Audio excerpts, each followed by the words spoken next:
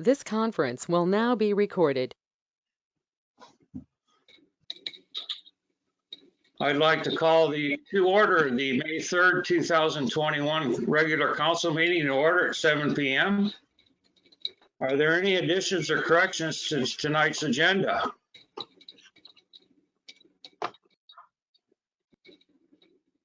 Doesn't look like it. If so, would anyone like to make a motion to accept the agenda?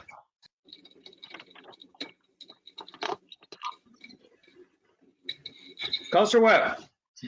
Yeah, I'll move to accept the agenda as written. So moved. Is there a second? I'll second that. Thank you, Councilor Williams. Would you call the roll, please, Stephanie? Councilor Allen, Aye. Councilor Williams, Aye. Mayor Hobart, Aye. Councilor Webb, Aye. motion carried. Thank you, Stephanie. Are there any presentations tonight?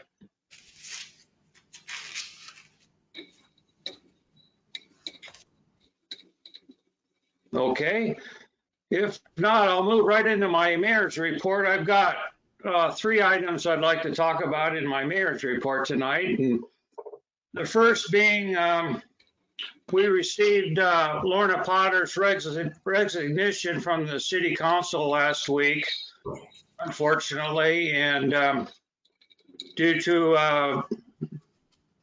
a vacancy in the city of Vernonia as far as her residency is concerned.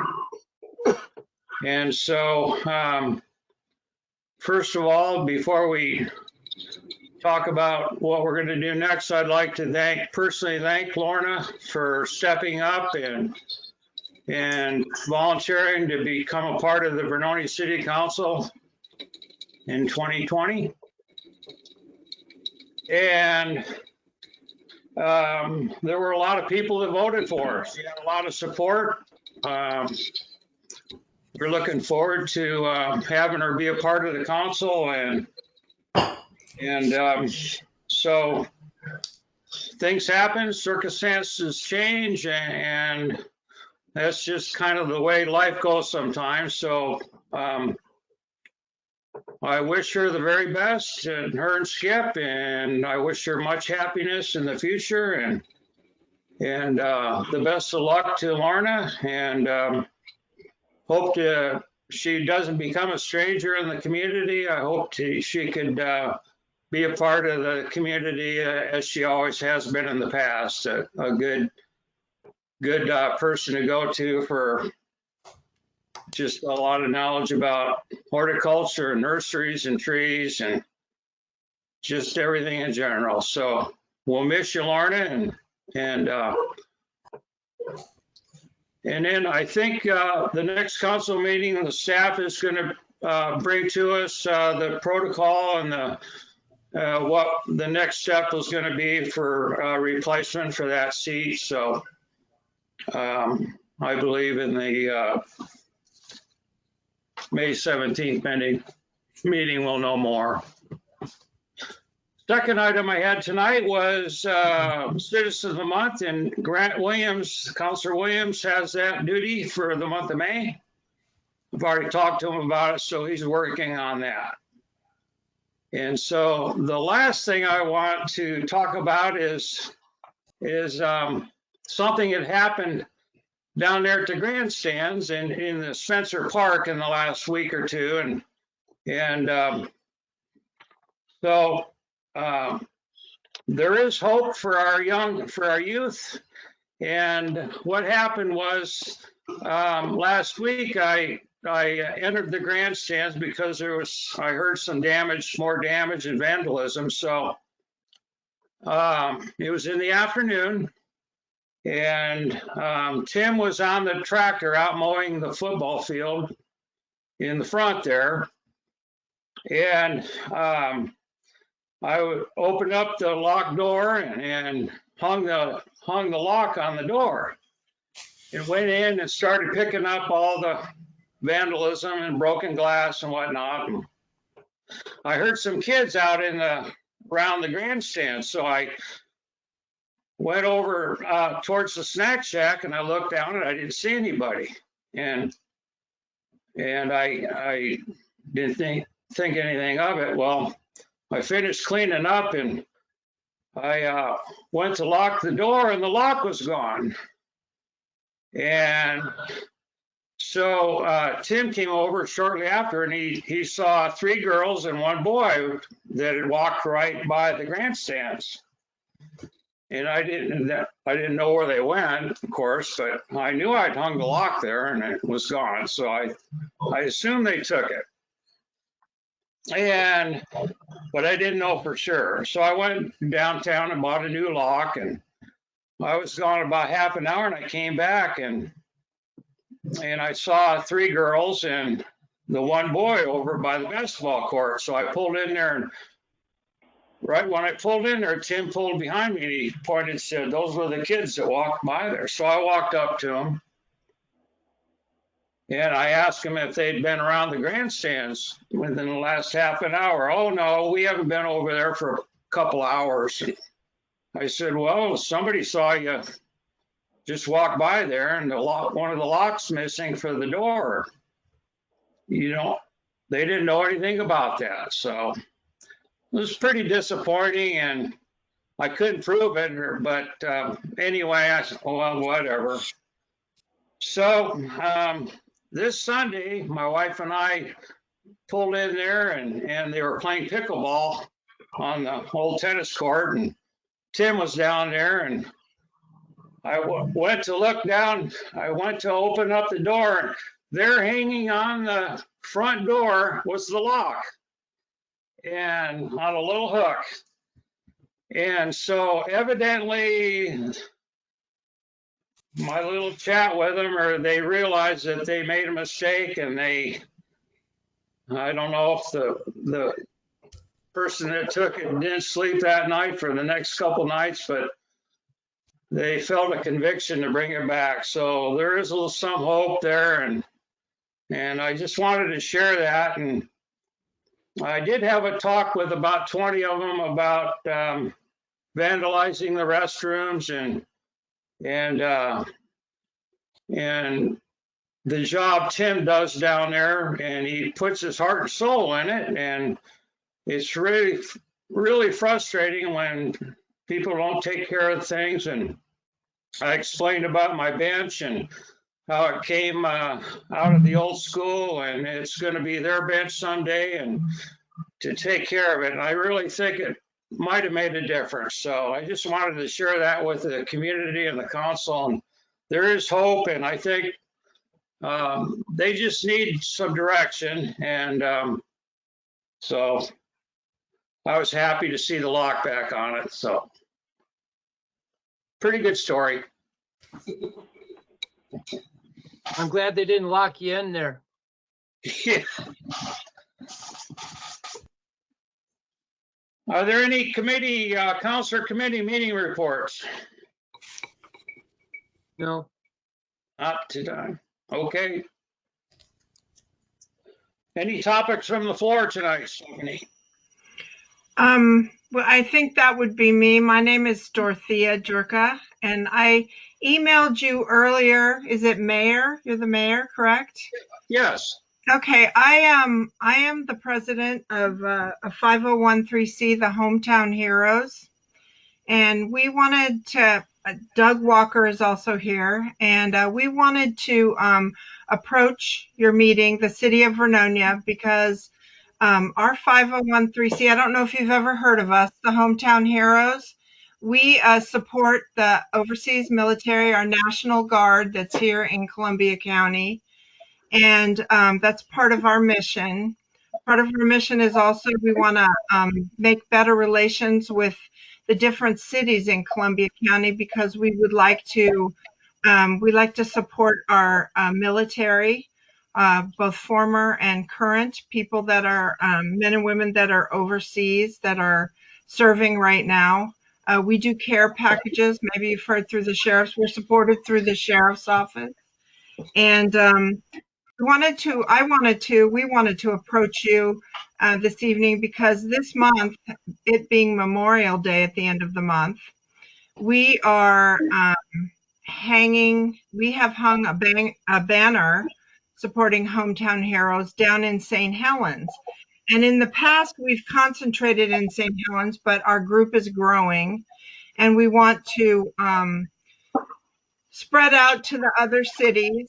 And I'm not sure, this is happening also fast. We have an extra banner that we'd like to find out if the city would be interested in hanging in the month of May in Vernonia. So I thought I would start here. I'll tell you, I'm on kind of shaky ground because I'm not really sure how your city goes through hanging banners, if you have a process, if you even have a place to hang it like downtown or something like that. So that's why I'm here tonight, just kind of to introduce us. We want to, like I said, we want to start building relationships with the different cities because we're going to be spreading out and gaining support, basically. Thank you very much, Dorothy and Doug. I think it's a wonderful idea, especially this month as we celebrate Memorial Day. I'll check my email again to make sure that, did you just recently send it, Dorothy? Yes, I sent it today, and it would have come from our 501(c)(3) is out of the sheriff's office, so it might have had the ending to it would be a .gov because I sent it from the sheriff's office. Okay. Okay. I will check my email and then probably I could forward it to Josette and we could talk about it. Josette, do you have any comments? Well, Dorothea, what is the banner? Does it promote your organization? Does it say thank a veteran? What does it say on it? I'm sorry. Having a lot of feedback from Okay. the microphone, Josette. Try it now, Josette. I muted your tower. Hold on. Now try. Can you hear me? Now you can hear me? Try it again, Josette. Can you hear me? Yeah. Dorothea, what does the banner say on it? See, I don't have a copy of the banner with me. It says hometown heroes. I can send it to you. And you can share it. I don't have it here at home. I have it at work.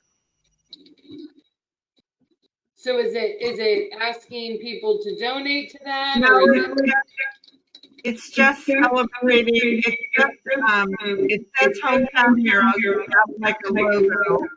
It's basically just celebrating and enlisted people. Doug, do you remember what the banner actually says? No, I do not remember the exact wording on it, but it's just a remembrance and pretty much a salute to our deployed troops. And we've had it up in St. Helens last year and again this year.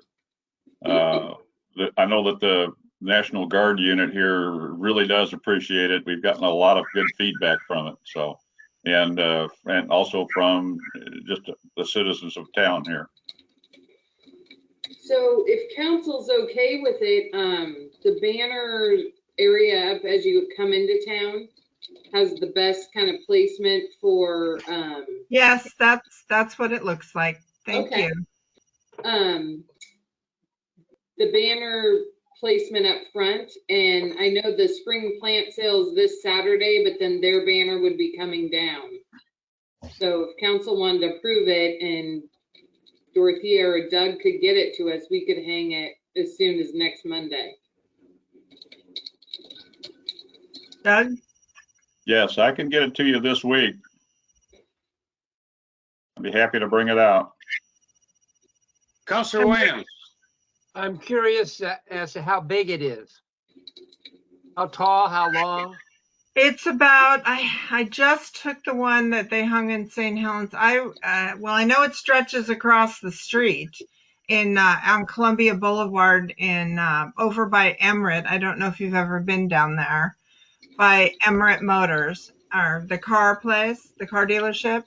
And I would say it's 4 feet, maybe 4 feet wide.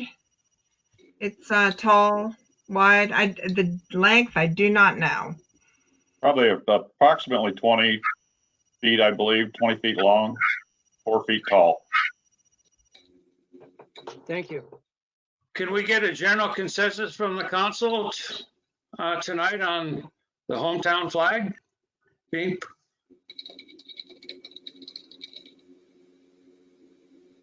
looks like our council's in agreement. JR?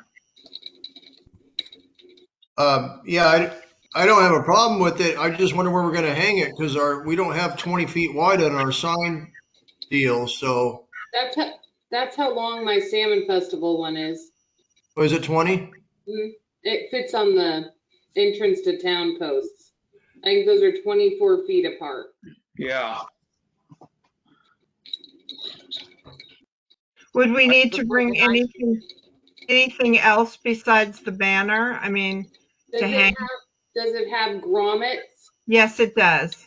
So what we've done in the past is we have wire and we just zip strip it through the grommets to the wire. Okay. And those can just be cut after. Okay. Just a pack of zip ties. Okay. And we can do that. I think they're probably in the garage. Well, we look forward to being a part of the hometown heroes. Oh, thank you. Thank you. We thought of you first and we thought. Thank you for coming to Vernonia with that wonderful tribute. All right. That's great. I appreciate it very much doing it on such short notice also. I'll check my email and respond to you, Dorothy, again. So. Okay. Thank you very much. Thank you. So Doug, you would just bring it to City Hall.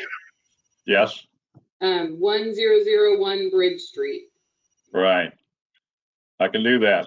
Okay. Now, this was kind of on short notice. I'm going to give you a little more warning about another idea that we have. Okay. And that is coming up Veterans Day, which will be in November. I propose to put a thank you patriotic wreath such as this. Let's see if I can get it where you guys can see it all. Okay, yeah, we see it. Get there? That's good, Doug. It's approximately 16 inches in diameter, and I'm going to put it on a three-legged easel with some wording about thank you, veterans, past, present, and future, or something to that effect. We haven't quite decided on the final wordage yet, but I'd like to put it in your Veterans Memorial Park, if that meets with your approval.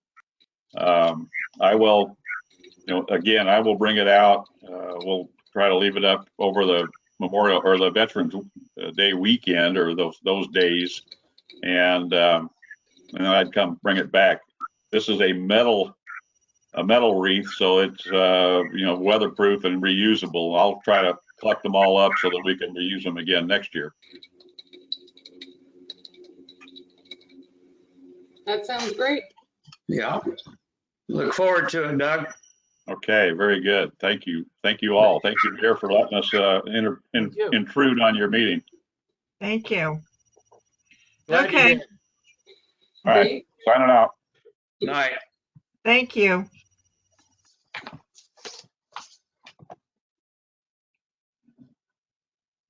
Okay, consent agenda for acceptance.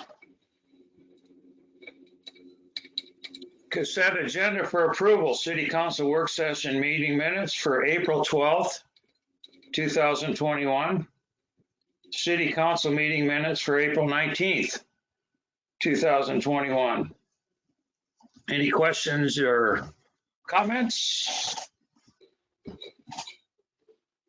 Okay, anyone so moved to accept these two meeting minutes?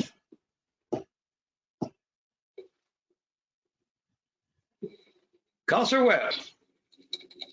I'll move to accept the consent agenda for approval. Thank you. So moved. Is there a second? I'll second. Thank you, Counselor Allen. Call the roll, please, Stephanie.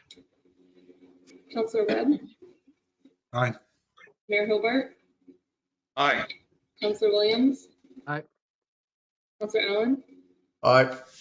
motion carried. Thank you, Stephanie. Moving right along to unfinished business, staff report. Title 9-04 sidewalk amendments. Pages 7 through 11.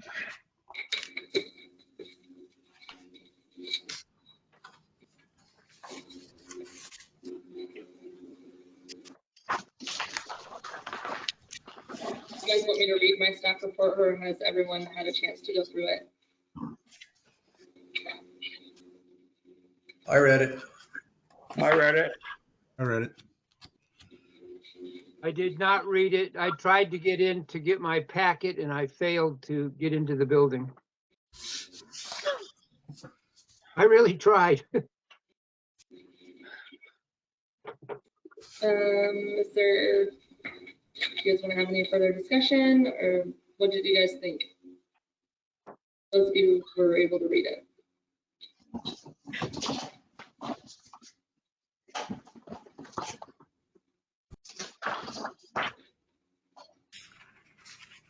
Go ahead, Counselor Webb. Yeah, I mean, per our discussion before, I think it followed that discussion. I have questions. I also have a new proposal for council tonight. About About the sidewalk. I mean, I don't know if this is the place or not, but it should be. The sidewalk amendments. We've, Is it additional to this, or it's something totally different than doing this? it'd be additional, well, it's in the same frame, but it's a proposal that we haven't discussed regarding the sidewalk. Okay, just for the sake of discussion, can we start with, did this meet what you guys were wanting with the rip off the Band-Aid and require people to have the sidewalks put in, and this extenuating circumstances where someone would be allowed to pay the fee in lieu? Is there any issues with Matt's changes as you asked for them? Or is it what you guys had asked for? Counselor Allen. This is exactly what we discussed at our last meeting. Okay. And I was actually very pleased when I read this. It was almost like word for word. I didn't see a need to go into more change at this point. We've been discussing this for several meetings, and I think you did a good job. It pretty much had the little emergency out like Mr. Webb was talking about. So I thought it was pretty much exactly what council asked for at the last meeting. Okay. So, Counselor Webb, do you? Go ahead. Yeah. So when I voted to move forward with this was to put something in front of us. So then we could look at what the actual verbiage was and then play the what ifs on it, because there's still a lot of questions here. It's not crystal clear. I've got a list of questions here about the current proposals and what we are going to do. The corner lots. Corner lots going to be responsible for sidewalks on both sides. That's kind of an equity issue. What triggers the sidewalk, gutter, and curb? Does an ADU trigger it? Does an addition to the house trigger it? the burned home requirement, they have to stay within their footprint. Some of those old mill houses, those people are really going to want to probably get more than 2 bedrooms in the house, by a slight addition. Flag lots. What do we do with flag lots? Do they get a free pass because they don't have no frontage? That's a question that I have. So that's why I kind of have this proposal, and I don't know if you want to discuss it here. I mean, we could get it up front, or we can do it in when we get to the ordinance adoption, but maybe that would clear this up. So is your proposal at proposing additional language in this code that would detail out those circumstances? It would settle some of those issues that I just talked about. But yeah, there'd be additional language.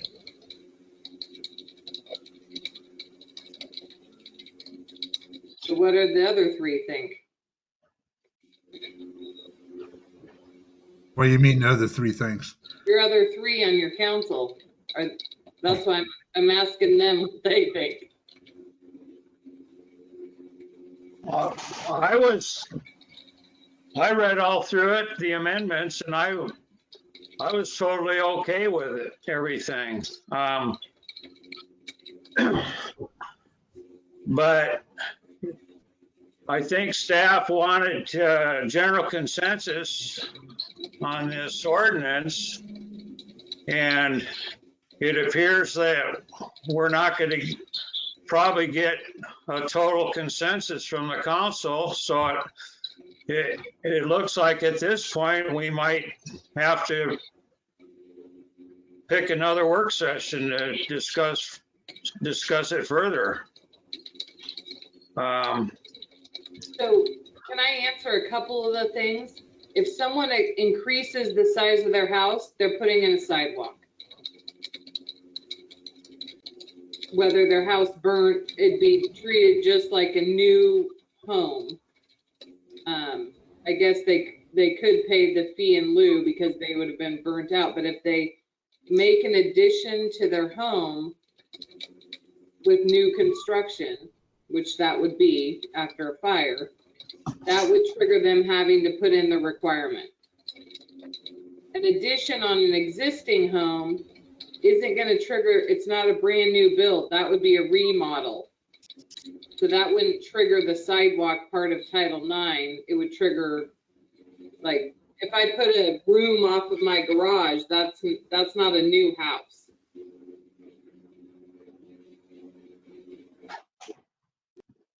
Councilor Webb. Just because if you don't have sidewalks and your house burns down and you want to build a house double the size, you're putting in a sidewalk. That was the whole point of us getting away from having all these variables where people don't put it in and then we have no infrastructure in place. So then don't we play the game? So they build the house back to the existing footprint, and then they turn around and do an addition onto the house. He said an addition to the house would not trigger it, but if they expand their footprint after being burned out and build it all at once, it would. So there will always be little loopholes to the code. There will always be these little what ifs in certain scenarios. There's no way to capture them all. If they're smart enough to do that, then good on them. That would cost more. That would cost more than putting in the sidewalk. Mm-hmm. What about flag lots? So a flag lot, typically the only frontage they have is their approach because it's usually a minimum of 25 feet. So there really isn't anywhere to put a sidewalk if it's their driveway apron. Well, I mean, you could put a sloped apron, but that's not going to be a sidewalk. Well, they get a free pass. But But is it really a free pass? They don't have any frontage. They don't have any property that's running along the sidewalk. They just have an apron access. The sidewalk still goes through the apron. It does, except that I'm trying to think of the 2 flag lots I know of, and it would just be the apron. It's at the end of the street there on Madison. Are the only 2 proper flag lots I can think of. Yeah, my neighbor's partitioned for 2. I think you have one on Spencer. Your neighbor on Locker?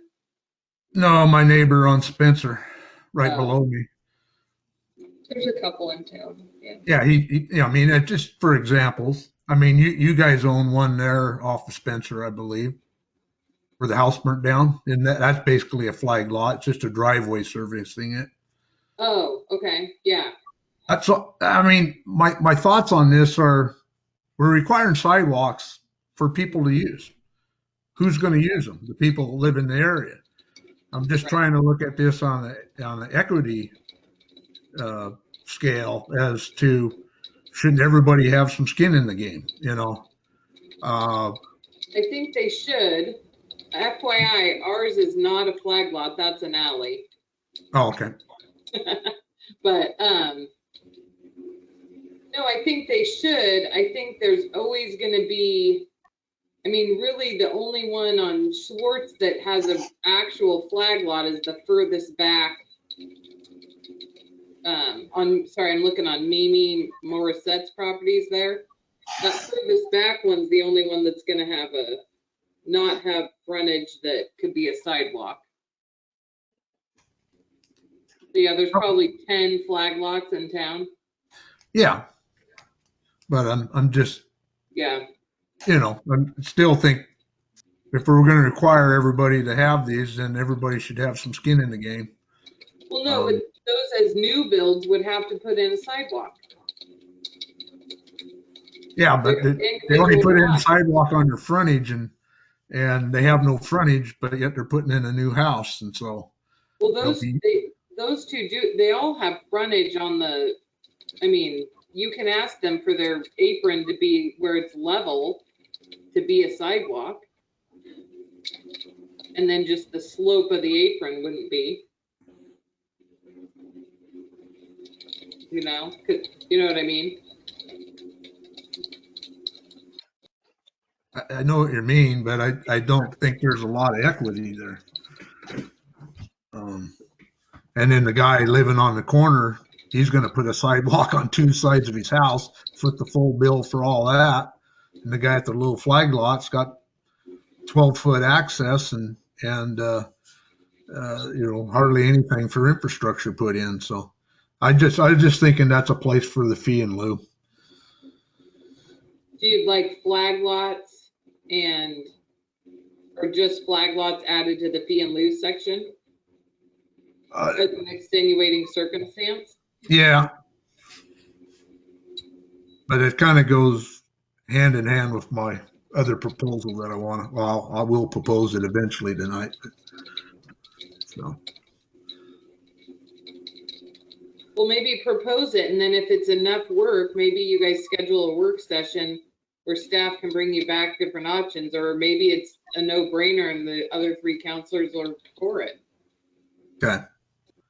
I'll give you my pitch. I mean, all through this process, we understand there's legal requirements for relief. If we're requiring somebody to put in sidewalks in a situation, we have to treat other people in, the same fashion. But within a legal realm of a definition. So up there in Louisiana, that was bare ground. There's no development in there, and it's already platted. We've already had this discussion. Looks like a subdivision. If the council's wishes to have full blown build out on there, that's fine. But the other parts of town that are already developed, the subdivision is already in. It's what I would call old subdivision. In that case, on an infill lot or a flag lot, or somebody that burns out and wants to expand their footprint, if I'm just throwing this percentage out, maybe we'll want to raise it or lower it. I'll probably raise it a little, but I'm just saying, if a city block is already 50% built out, then we give them the option, put in the infrastructure or pay the fee in lieu. When we get up here in this bare ground, it's not built out. They're underneath the threshold. We just say, no, it's bare ground, you're going to put it in. And that makes a legal distinction. It's something that already exists as an old subdivision and versus a new. And so then, like I say, we do that option. If somebody wants a sidewalk, gutter and curb, they can put it in instead of, instead of paying the fee in lieu. But if they don't, they pay the fee in lieu. That our neighborhoods will look more consistent that way.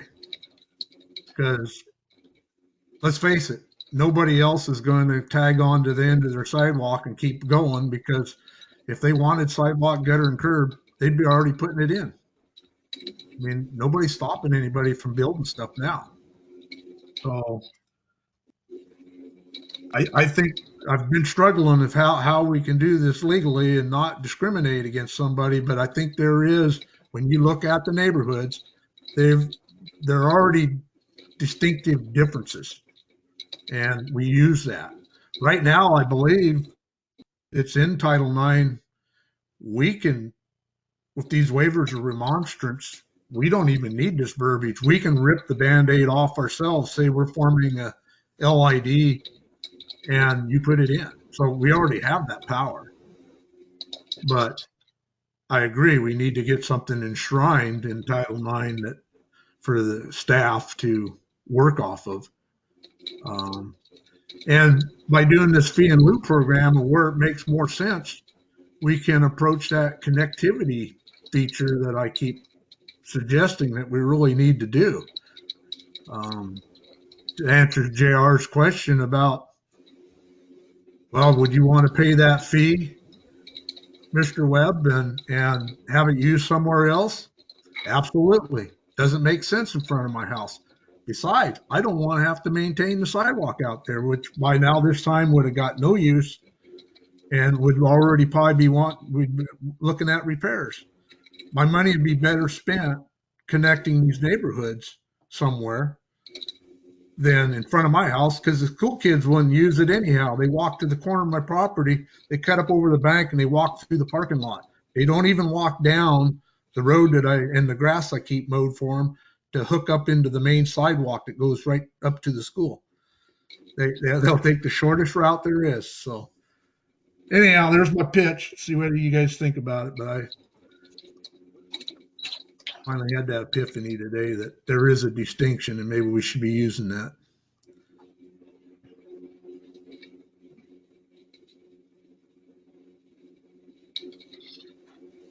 JR, go ahead. Yeah, Dale, I hear exactly what you're saying, and most of it I probably don't even disagree with, but I think it just gets into a matter of what's easy to administer fairly. Instead of having 20 different rules, it's we were talked about either we're going to do it or we're not. So we might be back to that point. And it's interesting how we can talk about some things in the code for months and months and months, and then we can do 20 things at once and we don't discuss them much. So I find that kind of interesting also.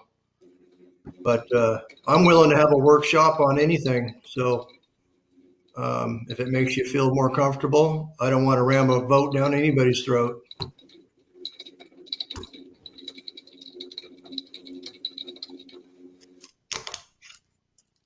Stephanie. I just wanted to make note that even after you guys are done discussing this is going to go to Planning Commission to discuss also. So there might be value, or keep in mind, I guess, that you might want to have a work session after it comes back to you as well, if depending on what changes they make. Does that make sense? Go ahead, Dale. So seems like that's kind of reversed. Wouldn't the planning commission be reviewing this and doing what they want in there and then send it to council? Council has final say, right? I'm Yes. aware, but it has to go through the normal process. It'll So get saying send it this way to the planning commission potentially, and then schedule your work session to review it after they deal with it before you bring it to yourself to either approve or not approve. Because if you spend your time work sessioning it and sending something you in your brains have almost have finalized, they'll still have to review it, and they may still propose changes to it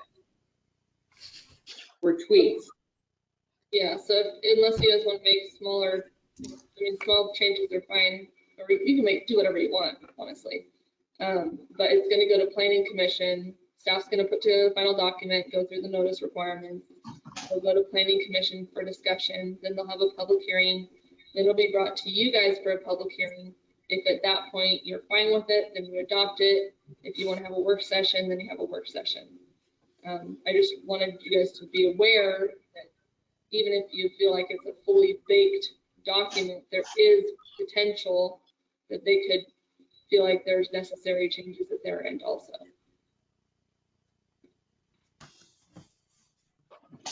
Go ahead, Dale.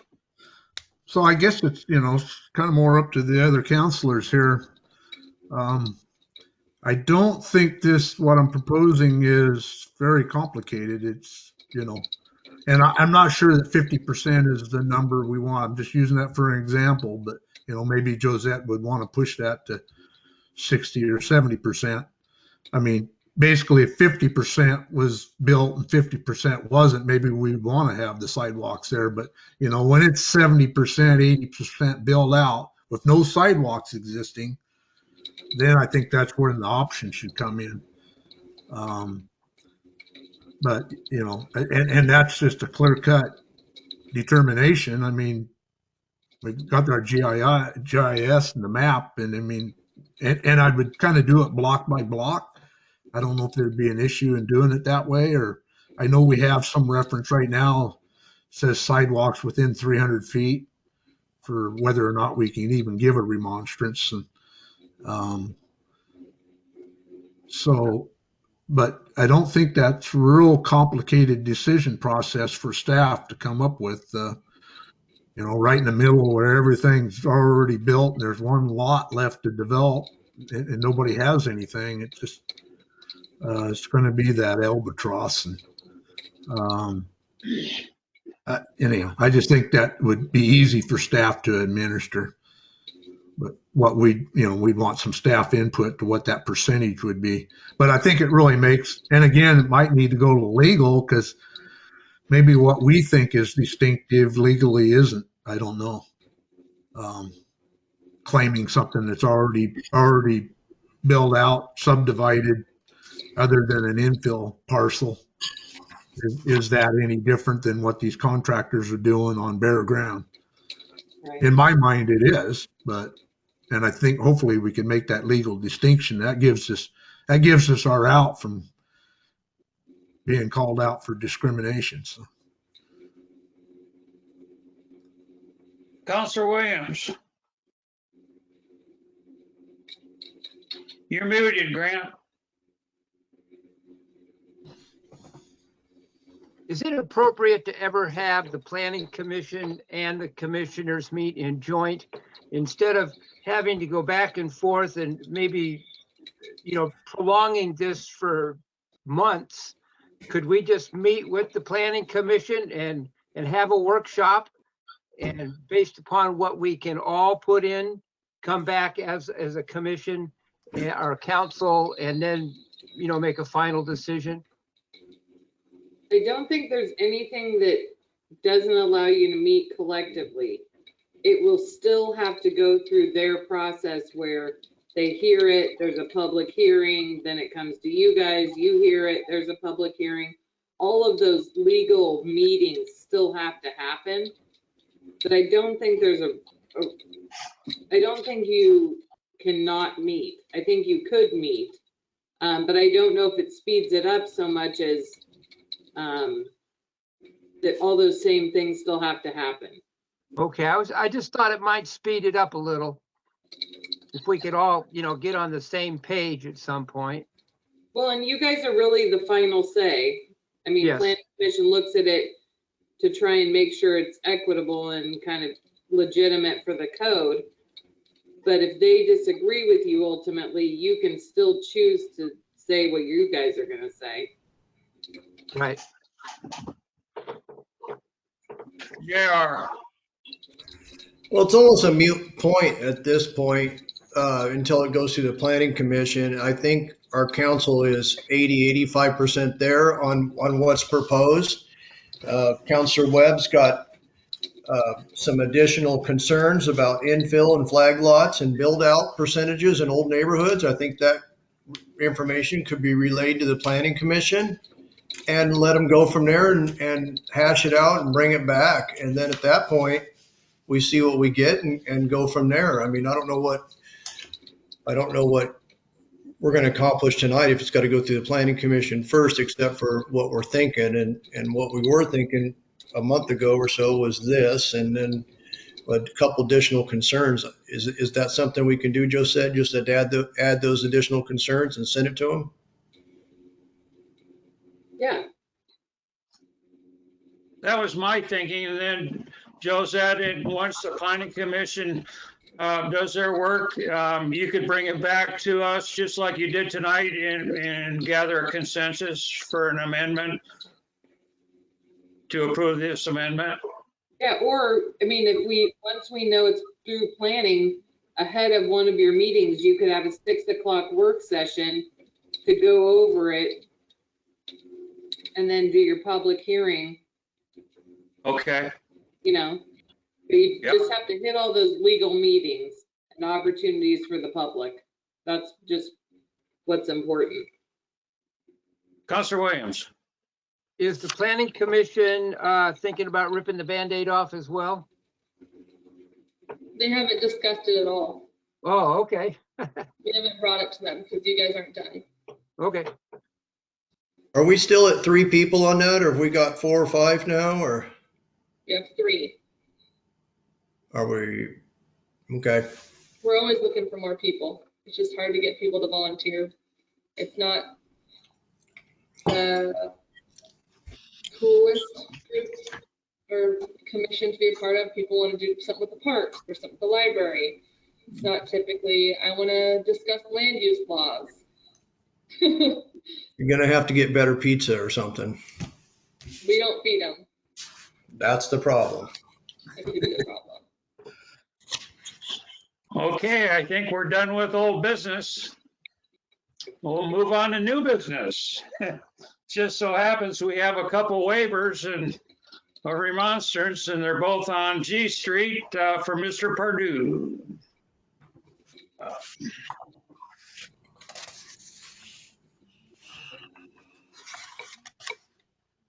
Can be found on pages 12 through 13. Go ahead, Stephanie. These are the last ones for his H and G Street development, for lack of a better word. It's the last out of 12. It is worth noting that I have notified him that he will not qualify for any more waivers for any of his future developments because he'll have to put in full improvement. So this is just finishing up that 12 lot block. And then any future ones will not be coming forward. He's going to have to put in the improvements. Okay, thanks, Stephanie.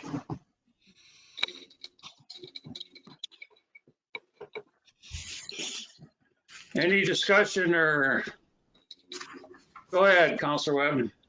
So I think I know the answer to this, but until we have this Title IX in place, we really couldn't rip the Band-Aid off and just say, nope, we're telling you we're going to form an LID. Well, you can form an LID. Yeah, I guess, yeah, we do. We have the right to form that, call those waivers in and form an LID. Doesn't mean we have to do that. We can do that discriminately throughout town. You can do it wherever you want to do it. Yeah. You want to do Louisiana Avenue, you can do Louisiana Avenue. You want to do I Street, do I Street. Do it wherever. It's an option, fellas.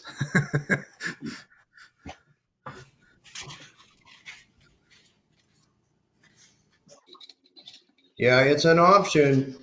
It's an option that you can't implement unless the city's got deep pockets to pay for it, and then wait for liens and other things to get your money back. If the people won't do it, you got to have the backing to do it yourself.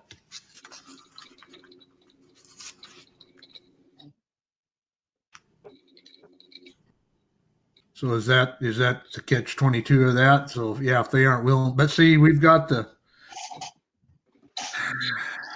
Well, the So yeah, waivers we don't. to be a yes vote. The waivers require them to, they cannot vote no. So if you have 66% covered in a waiver, then it's moving forward. Does that make sense what I'm saying? You'd go through the process where at a council meeting, you'd form this LID, you'd have to do the notification to all the property owners. I mean, there's a process, but and then JR is right in that the city would probably, how it has worked in other cities is the city is the, puts it forward, right? And potentially is the constructor. That makes sense what I'm saying? Dale's. Okay. So yeah, that's the distinction. And we can't withhold this waiver or remonstrance and tell them to put it in, because then that would be saying then we would be discriminating. Yeah, If so any you other, waivers and then call in the LID. yeah, but we'd have to give them the waivers, then call it in, but then we could end up being the contractor on it. I know the concern amongst council is the developers developing, but yet we're going to throw this burden onto the people that are buying those homes. And it'd be nice to get it put in up front so we don't have the surprise there for these homeowners, although they shouldn't have a surprise. It's on their deeds, but we all know that's going to be problematic. And yeah, so I was just looking at a way of, since a lot of those homes aren't sold yet, although some of them I think are on contract, but um, spurring the contractor to go ahead and do it before he gets out of there. So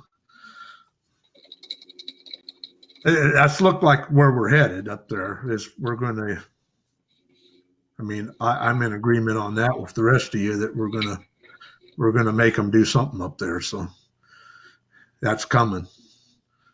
But I don't think we can speed that up by doing what I was proposing here.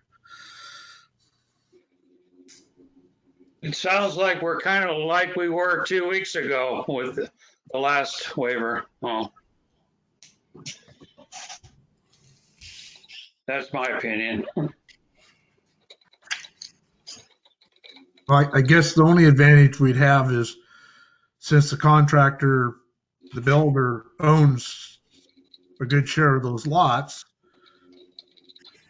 it still doesn't spur him to build it, but he would be on the hook for the expense through the LID district, though. Correct? Well, I think the ones that are on contract, he's doing it against the property, and then it's most of those have changed hands. I think these are his last two he owns outright that isn't under some sort of contract. That's why he's requesting it. He has 3. Only 3 are actually at the mortgage company. So he is kind of going through the process where he owns the property. Somebody agrees to buy the house, that he's either currently building or will be building. And then he finishes the house and then he sells it as a finished product. So he owns 9 of them. Only 3 are at the mortgage or the title company right now. So you could approve these waivers and then back to back form an LID, and 9 out of 12, he would be the owner.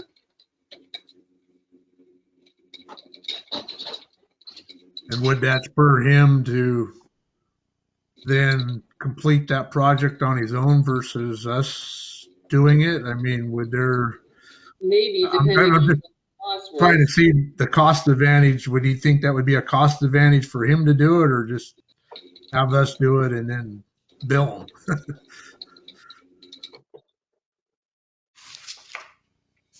So that's the unknown. Okay.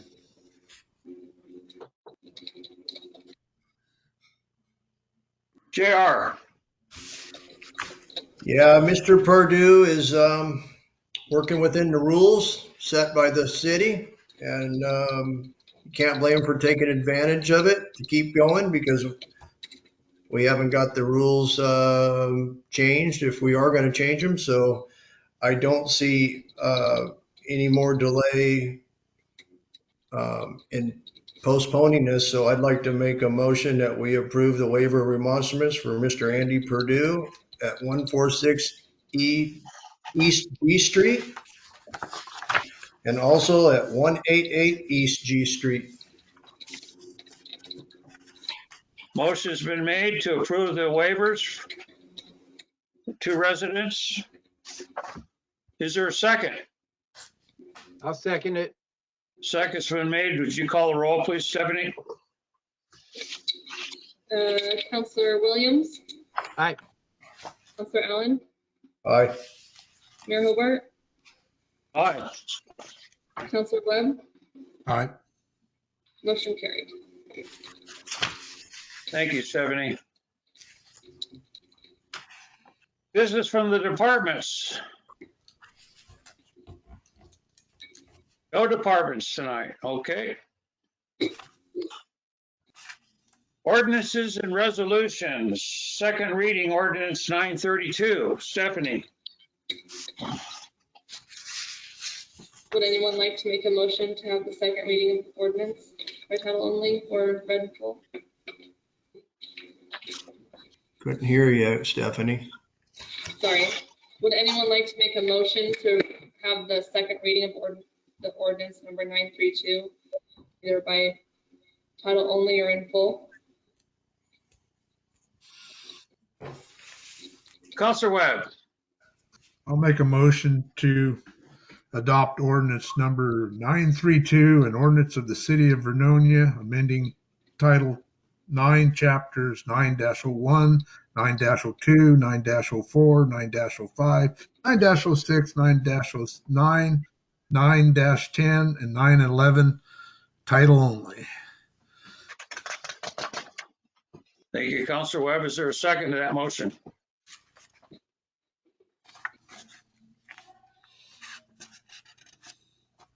I'll second that motion. Thank you. Motion's been seconded and moved. Would you call the roll, please, Stephanie? Councillor Allen? Nay. Councillor Williams? Aye. Mayor Hobart? Aye. Councillor Webb? Aye. Motion carried. Thank you, Stephanie. The second reading of ordinance number 932, as read by title only. Ordinance number 932, an ordinance of the city of Vernonia, amending title 9, chapters 9-01, 9-02, 9-04, 9-05, 9-06, 9-09, 9-10, and 9-11. This ordinance will become effective in 30 days. Thank you, Stephanie. Resolution 2021-09, a resolution adopting a reserve fund policy. So Agent, oh, go ahead. Andrew's not on the call tonight. So I'm here to answer any questions for you. I have talked to Counselor Webb, has a couple tweaks. We had talked about the listing, the required amounts that we were going to put into reserves, and in your budget binder, you should have seen that at the very back page. Hold up here so I can show you guys. Looks like this. And it has the reserves and then the amount going into each year and the goal. That's Appendix B that we had talked about. In discussing it today with Counselor Webb, we kind of agree that it shouldn't be in this Resolution 21-09, but potentially maybe you guys would want Appendix B to be its own reserves payment schedule resolution that just keeps track of it for the future councils in a resolution that can be changed, kind of like the master fee schedule is under a resolution, and when that's changed, then it's adopted with a new resolution number. Kind of keeps track of it for staff and the council.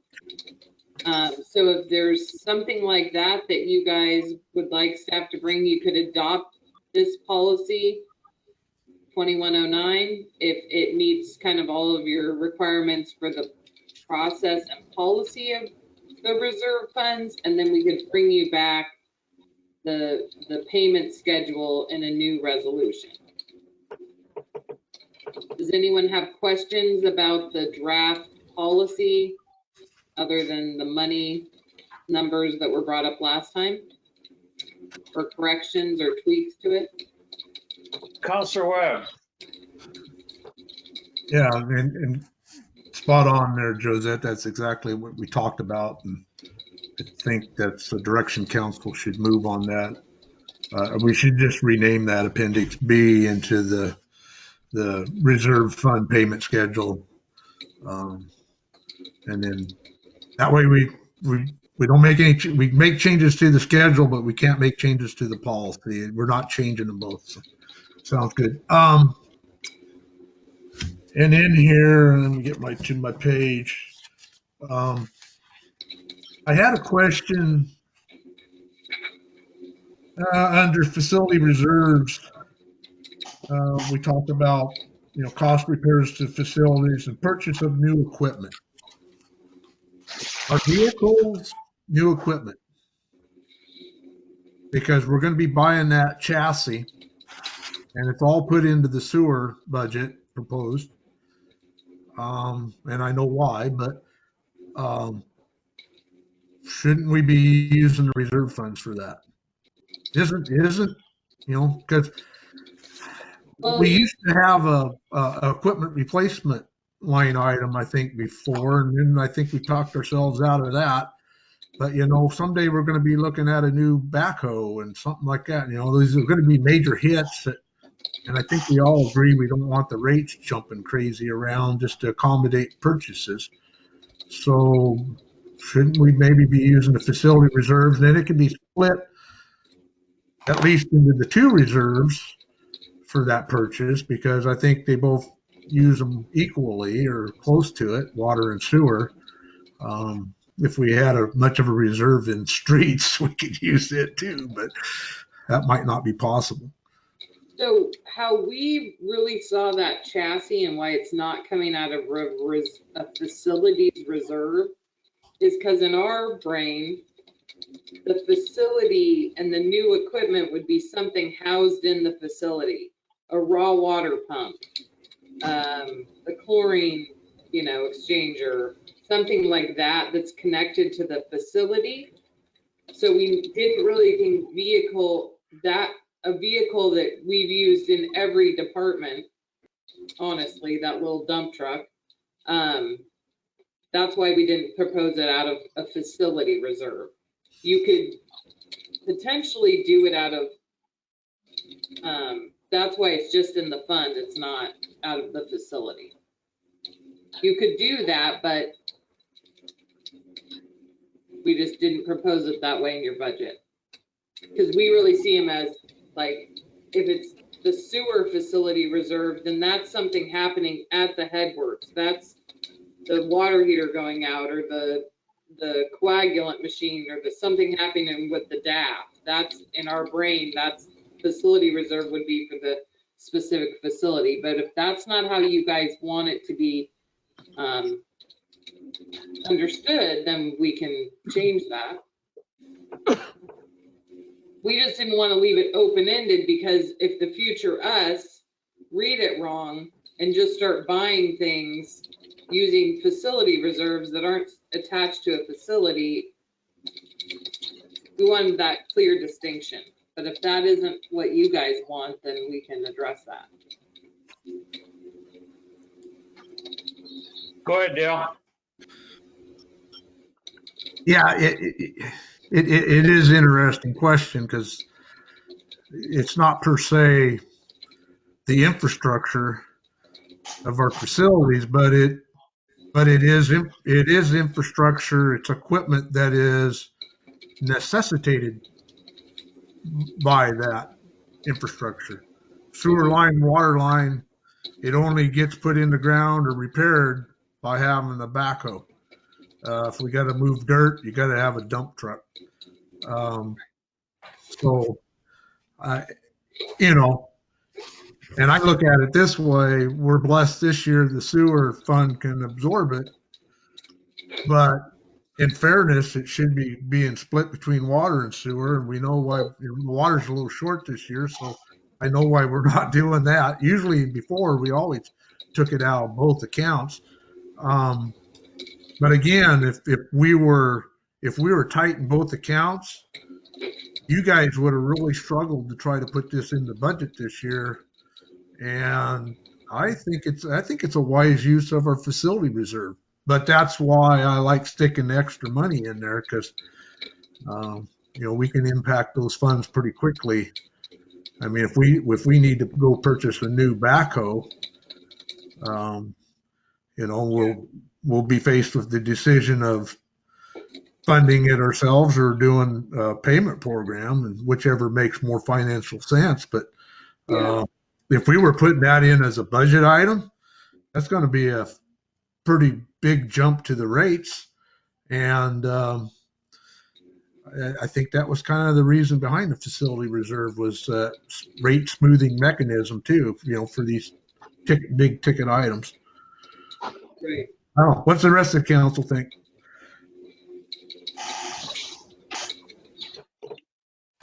Yeah. I think both arguments that are put forth have merit. So I see Josette's point and the city's point on why they did it the way they do it now, and I see Councilor Webb's point of having rates jump up and down. If we don't have the money extra, then all of a sudden you put 100,000 into the water or sewer or split, you're going to have to adjust the rates for that year. So it seemed like there'd be an equipment reserve or equipment line item or something, separate from facilities reserves. But Yeah. we talked about that a couple of years ago with Jeff about getting a list of equipment and stuff, which is going to be needing replaced. And I don't know if we've ever got that. We talked about maybe start setting aside money for replacing backhoes and stuff. But so I guess we need to decide if it's going to be out of facilities reserve, a catch-all for everything, or we're going to set a separate one for equipment, a percentage of that, or, I guess it's all the same amount of money. It's just how we want to divide it up, I guess. So. Well, and I think the equipment reserve just fell off. We had years where we used it, and we just stopped using it because we had 5 years where we didn't put money into it, and it went into the specific funds under the equipment line item. I was trying to look, my first draft Angie gave me had the equipment reserve, and then we realized it was done. Maybe the easiest thing to do is just call it facility/equipment reserve and be done with it. Or just leave the wording in there for new equipment. And now we understand that. And at budget, you could always propose that change, Councilor Webb. As part of the budget committee, you could propose that tweak of whatever you're saying you want to do. But it does list purchase of new equipment. That doesn't have it just had what we thought, but we can change how we think about it. Or you can propose some tweaks to the wording, small tweak, but I don't know that we can change the title of it because that's what the fund is called in the budget. So I'd rather have you propose a tweak in the wording. Go ahead, Dale. Yeah, and we could, when it says new equipment, I guess maybe just put a mobile equipment. Would that cover? Well, might be something besides something being mobile.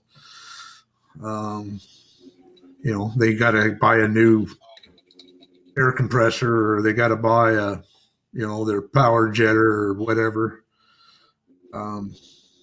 Guess everything's on wheels. I guess it would be mobile equipment. Might cover it. But anyhow, some distinction in there.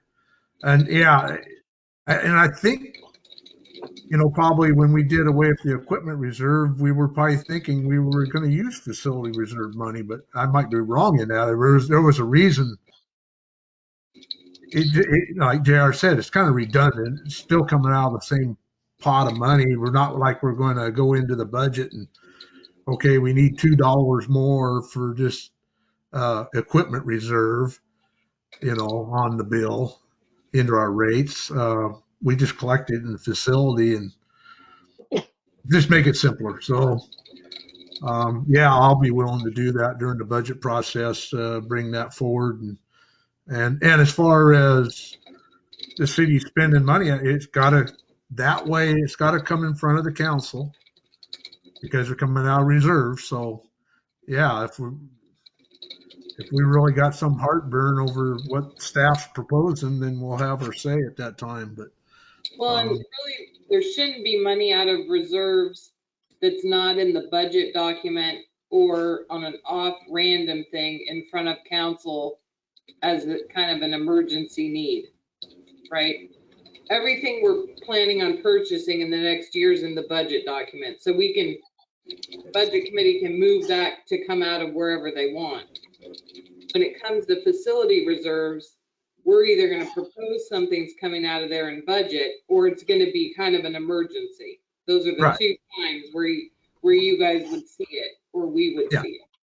Yeah. Either time we're saying okay to it. So yeah, we either see it in the budget or you blew up the motor and it's time for a new backhoe and coming to us. So right. Go ahead, Grant. I think I remember hearing recently that our dump truck is getting pretty wore out. The one that does the snowplow. Is that correct? Yeah, so our dump truck is ancient. The orange one, it still runs, but it doesn't leave town. That's how well it runs. Okay, what's the condition of our backhoe right now? It's also ancient. Which one do we need more? Well, I mean, which one do you think will fail first?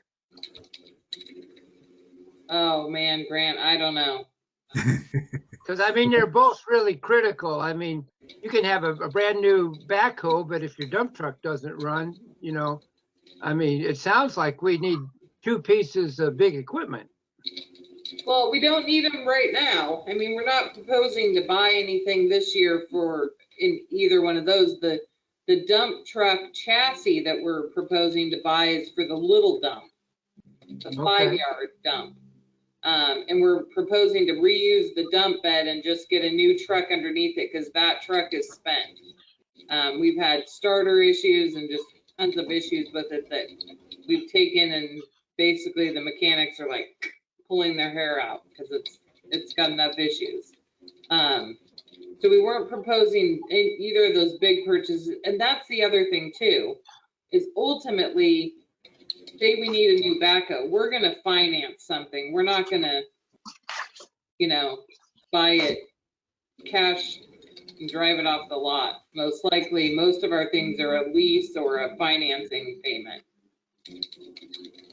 Another question, excuse me, another question would be, would it be more feasible to hire a local dump truck as opposed to having the city do it? Since we don't need the dump truck or the backhoe all the time, like right now, we don't need it. If we did need one, would it be cost effective to just hire a local contractor for a day or a week or whatever we might need? Well, we do that when we, we don't go pick up our own rock. We get rock delivered back and forth by the two local guys that do that. So we do, when we do kind of hire local when we need to have fill-in. But for the most part, the big dump trucks used for when we're hauling off stuff or moving stuff from one part of town to another, it's not, those big jobs usually have more than just us in them, if that makes sense. Okay, yeah, thank you. Josette, I have a question. This new reserve policy will be under review every 4 years. Is there any way of maybe, would it behoove our reserve policy and would it help our community if we were to review that every 2 years? And just like we're talking about the equipment reserves that we talked about at the scout cabin 2 years ago. And I mean, there's always things that come up, and would it behoove our council or city to review that every 2 years instead of 4? The reason we left it at 4 is typically that's when you have a turnover in council. Very rarely does your council stay the same people past a couple of elections. Okay. So in order to bring it back up to the whoever is at council 4 years from now, because you guys are setting this policy and some of you have still 3 years remaining.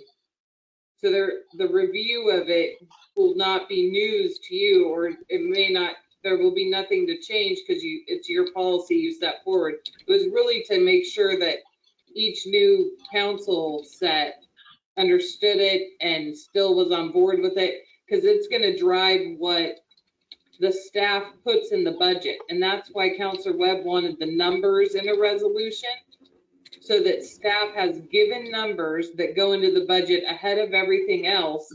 And then we make cuts or changes to make the budget balance based on that number already being in there. It's not the reserve will get what we have left over. It's that the reserve gets this first, and then as staff, we have to cut or make tweaks to make everything balance. Understand, yeah. So it's actually monitored every year at budget time then? Yeah, because it'll be us following the same policy, putting in to the budget the numbers as requested by council on the payment schedule, repayment or payment schedule. Yeah. Dale? Yeah, and to that point, I don't think there's anything in this that precludes council from directing to bring this back up. Say we're running short and we've got to make a increase into these reserve amounts we're bringing in, which would basically affect the rates. I don't think there's anything precludes us from doing that if we see an emergency developing. Yeah, and you would just bring back the other resolution to tweak the payment schedule. Yeah.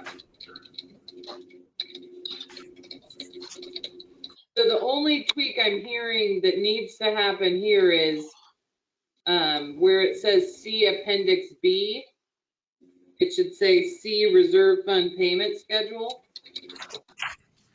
That would be the one tweak.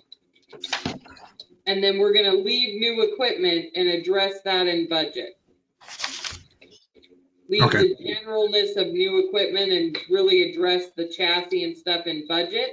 But this is in our policy, so we want this. Yeah, we need to make that decision if we want the mobile equipment to be in the facility reserve being recognized in the policy. Okay. I'm an eye on that, but I don't know where everybody else is. So the only tricky thing is, I think when we put mobile on there, then it limits it to mobile instead of leaving it new equipment, which is broader. But that's how I'm reading it from just a staff person reading it. When you put mobile, then does it mean I can only buy mobile? Yeah, For the I facility? had that hesitation too, and I'm trying to think, what do we have down there that isn't mobile that they need? I suppose Well, if they needed a new snow plow on the dump truck, that would per se be a piece of mobile equipment. So, um, but how, potentially how would having we it word on the this? streets, right? That equipment, um, including equipment necessary to perform the upkeep and care of our infrastructure or something. I don't know.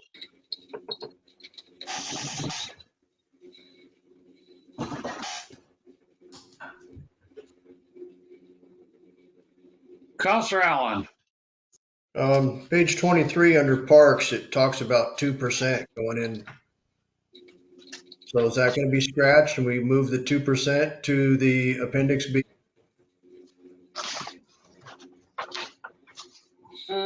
No, because that's appendix A. That's just saying that's just setting the goals. And the 2% is the goal that you're asking us to hit. That number will change every year. Yeah. That's why we Right. didn't put the number in there. We just wanted the percentage. I Just also like thought, the caps are set for, go ahead. didn't we talk about general fund at 2% also, or no less than 2%? It seemed like I remember the 2% come up once or twice, but maybe I'm wrong. Actually, we had a 7-year term at 24 grand a year in there, Which is about, yeah. 2%. So do you want, so what I'm hearing is we're going to tweak enough of it that you guys want it to come back one more time, maybe with the corrections, with the second resolution at the same time. And we can, because that way then we could tweak because really we're rewriting sentences. So it's not just a couple, but for general fund, it says the cap set by council at $250,000 annual contribution, and you're wanting it from the general fund. You want it to say, are set at 2% of the operating budget. Do you want it to be the same as parks if available and determined during the budget process? Do you want the 24,000 or you want it 2% and if available?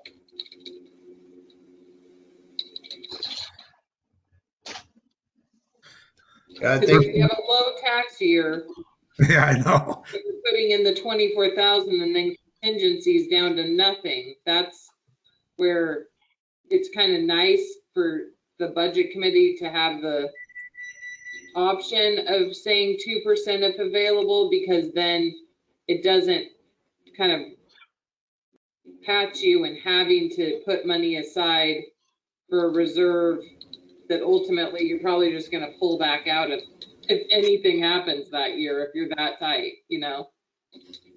But we can put whatever you guys, the consensus of you guys want it to say. well, the if available gives a little wiggle room out of it. And if I get Counselor Webb's gist of how he's feeling about it, he's kind of wanting hard numbers, so we budget it in on things, but can't budget on some funds, obviously, but the funds you can budget into, I think he wants a hard fact number in black and white, and then we know to look for it each year. No, and I talked to him about that today, because if we take the 24,000 out, the contingency of the general fund's like 30 grand, which is, last year we had $97,000 in contingency.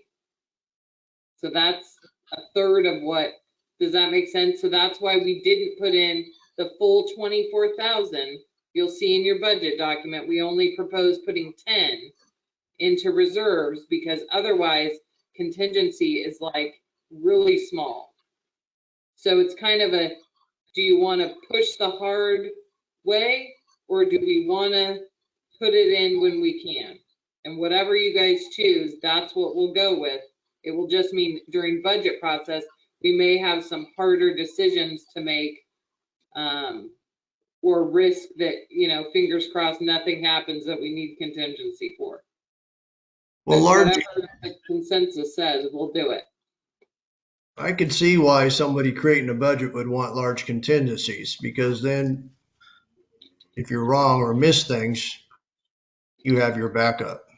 Mhm. So, Well, and since general fund's really the catch-all for everything that isn't water and sewer, if there was some catastrophe for parks or the library or something, that's where we would end up going for it. And that's why general fund, of all of them, it's nicer to have a cushion because it could be affected by a multitude of different things happening in the city. But if you I guys think, want it to be 2%, or see Appendix B and it's 24,000 every year, then we can work to make that happen. I think I remember right, we wanted that 7 years to hit it. So, I'd like to stick with that personally, if we can. I mean, if everybody's got a goal, you usually can make it happen. If you got a goal of, we can spend it if we want to, we usually spend it. So, I kind of like paying ourselves first, and then if there's a hard no, you guys can't have everything you want because you want your reserve, then just gonna have to remember that when it comes time to say no on a couple things, because we got to have a reserve in there, and I think the reserve is important. So I'm good with the hard number, or sticking to it. I kind of, the if available, I'm not sure if I like that verbiage on there. Well, it's in there for parks because you never know. Parks, you could have 0 campers, you could have 1,000,000 campers. So that's a super volatile fund. But we can bring it back to you guys with the new name for Appendix B, some sort of wording on the new equipment so that it helps, that it doesn't have to be in the facility, used for the, you know, department equipment used in performing the functions of the department or something like that. And then on the general fund one, we can do the cap is 250, annual contribution will be 2% of the operating budget. And then on the fee schedule, that'll come up as around 24,000.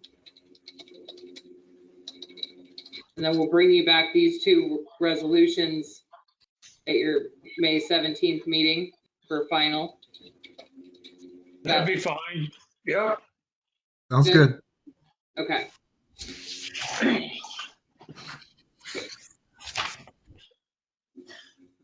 Is there any correspondence?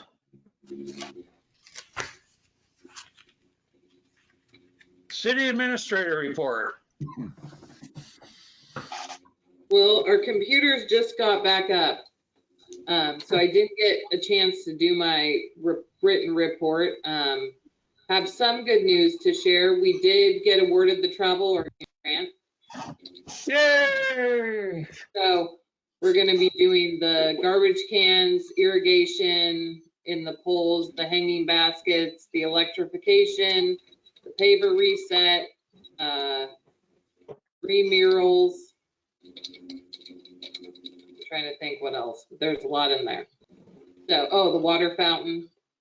So we're getting going on that. I did get a call from Betsy Johnson on before everything got moved and we kind of shut down on Friday, that she called and said, I'm on the phone with 3 other legislators and we all have a different city of Vernonia and what you need. And I said, okay, well, what's that? And she said, well, some sewer project. And I said, well, we're going for CDBG for that. And she said, well, what is it you guys want? And I said, well, we really want the Louisiana South connection. And she said, so you need $400,000. And I said, pretty much. And she's like, okay, thank you for taking our call. And so hopefully Louisiana North-South connections in running for being funded by the Recovery Act and getting people back to work and infrastructure in place in rural communities. So put out the good vibes or prayers or whatever each person does. So hopefully we'll get funded with that as well. We did get the rest of, I'm trying to think of when I've talked to you guys last. We got the rest of the trees put in Spencer, and then we're working on the new park signs. Ben's working on the new park signs. Each kiosk's getting redone and getting new cross beams, and park hours and rules are going up at each park, because that's one of the issues we have with police is the hours aren't posted, and so it's hard sort of just kicking someone out and saying the park is closed. There's not really a lot of teeth in the without the signs, so hopefully we'll get those all finished up this summer. And then they're starting to do site work up on the Clatsop sewer line, which is the one that's going from 6th to 4th, to take our old sewer line off of private property where it cut private property. So they're working on getting that stuff done. We did turn in the CDBG grant on time. We won't hear back from that for a few months. And the Business Oregon take quite a long time to review all of your paperwork and get back to you on whether or not you received the grant. And then, so yeah, we've just got a lot of stuff going on. And as you can see behind Stephanie, the city hall was closed on Friday. We had staff in here. We all painted the walls, and then this morning the new carpet got put in. So we're in my office is a lovely disheveled mess because all the filing cabinets got shoved in here, and ladders and all kinds of things. So hopefully tomorrow we'll get to put the heavy stuff back.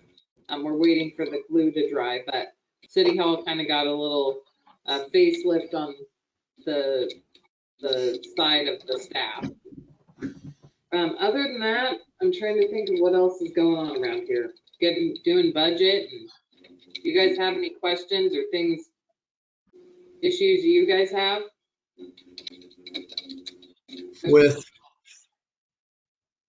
Sorry, Josette, say that last sentence again.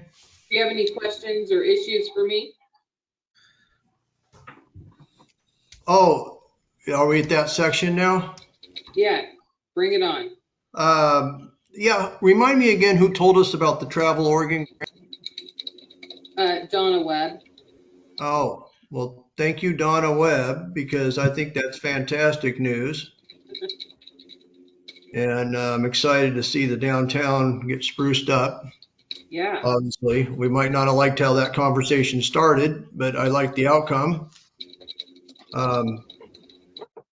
And the painting, in fact, I did sneak up on the girls down there the other day painting, and they were doing them, and it was great to see. And there was a guy in there too, Chris, and I commend our staff for going in there and working so hard and saving us a few bucks. So that was awesome to see, and kudos to you guys, and I'm sure it looks beautiful. Also, the skate park. Can you give an update on that, Josette? Yeah, so we're going to be putting out, my goal is by the 15th to have the RFP out, the request for proposals from the different skate designers. And so then that should usually has around a 30-day process. So from starting to bid date and opening and then contesting period for someone that doesn't like another party that put a bid in. So I'm hoping by June 15th, we'll have picked with the Vernonia skate. So there'll be a panel of people based on criteria picking a designing firm that can meet our budget and everything. So hoping by June 15th, we'd have the firm picked and then start breaking ground for that. Do we have final drawings or just conceptual? So we have conceptual from the two firms that I believe would be bidding again, and they'll basically be bidding it as a square footage cost. They charge so much a square foot. based on the design. And so we know how much money we have and then how much, whatever their square footage is, how big of a park we can do with what they're going to give us. So both of those firms did conceptual designs. So we have a starting place with either firm. So are you asking for a certain square footage to bid on, or letting them bid on how much money we have? Well, it will depend. So they'll give us a square footage price. Yeah, And then the elements and the design will be based off what we have in funding. And then based on how it's designed, the in-kind will be used. We have a number of excavation locals that have agreed to do in-kind excavation. So if there's supposed to be a bowl, then we would have the in-kind work done ahead of that. So it sounds almost like a design build if they're the ones that draw it and build it. it is kind of like design build. So I'm just not quite following, I guess, on how they're going to bid something when they don't have a design yet. Are they going to propose a design? No, so they'll propose how much it costs a square foot, what they can do per square foot, because that's how they do it now. I think it's like $35 a square foot is what they proposed to us when they gave us the original concept drawings. Both of them were around the same. And they're both bowl designed in ground, not a flat on top of ground. They both had a bowl type element. One had a full bowl. One had like kind of a wall bowl, if that makes sense, more of like a wave looking. Right. But then they both had elements flat all the way around, and then some built-in elements of rails and different things. But remember, the whole point of this park was that it was supposed to be for BMX, scooters, skateboarders, any kid at any level can have some activity. And that's what both the proposed designs incorporated. And then based on their, how their references check out and what other places they built said about them, how good they were to work with and all that, that's how the group will pick who, that criteria will be how the group picks who gets it. But we're not gonna, so we have certain amount of monies. We know that certain things are outside of what they'll do. So if it's picnic tables or that kind of thing, or lighting, those things aren't necessarily in their purview. That might be something the city puts in. So it won't be like, we have $100 and you can spend all $100. We're gonna hold back some of that to make sure those different elements get done on the side too. Is that 20,000 still in the budget that the council approved? It is. It's still in this budget. Excellent. Well, I'm excited about it. Yeah. And good work. And I think it'll be fun to see it come to shape. So I'm glad you're moving forward. The town will have a lot of pretty visible changes, hopefully, with the new downtown stuff and the skate park and the planting at Aura and the trees all coming up, Spencer. It should look pretty good. Grant. Josette, would you refresh my memory on what have we raised for the skate park? Well, so in actual cash, I believe that there is like 310 in cash. And then, Yeah, well, sorry? I just divided $35 into 250,000, and that comes up with a little over 7,000 square feet. That's a pretty big skate park, isn't it? Yeah, so our goal at the time was to do a 6,000 square foot. That's what the concept drawings are based on, was 6,000 square feet. And as that money, like I said, Grant, some of it would be for lighting because we didn't want it to be dark at night. Some of it would be for different elements for families to kind of hang out in the vicinity. So there will be some benches, picnic tables, stuff like that. So it's not a full on, here's all the money. It's kind of in different little pots of money, if that makes sense. And then there'll be a contract for the actual construction. you probably can't answer this question, but I'm going to throw it out there anyway. That big skate park on Cornelius Pass Road, do you have any idea how big that one is? There's a really big one, and it's just always packed with kids. Do you have any idea how big that one is? No, but I can measure it really quick. Hold on. Just give me a ballpark idea of what we're getting. Okay, I'll measure it while you guys ask me any other questions. Dale, go ahead. Well, I had a discussion with Josette today and kind of be interested where the rest of the council would be on this. Definitely needs to be pushed to the Parks Committee. Down at the lake this weekend, we were pretty much at capacity for parking down there.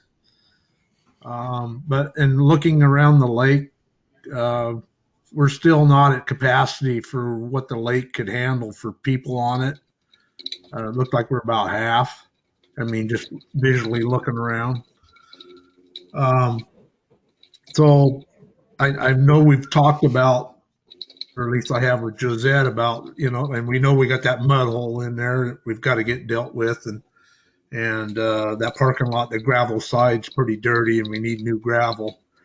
But we need to really have the Parks Committee take a more comprehensive look, maybe expanding some parking down there. We need to, we've been kicking around the idea of putting in some camping around the old burner. If you look in the budget, these people, the revenue now just off that parking off that lake, I would think we're surpassing what it's costing us to maintain that lake at this time. And so they're starting to pay into our other park systems, which is this would be a goal I think we can achieve. And usually they're here on the weekends and not so much during the weekdays, so the locals still get to use it.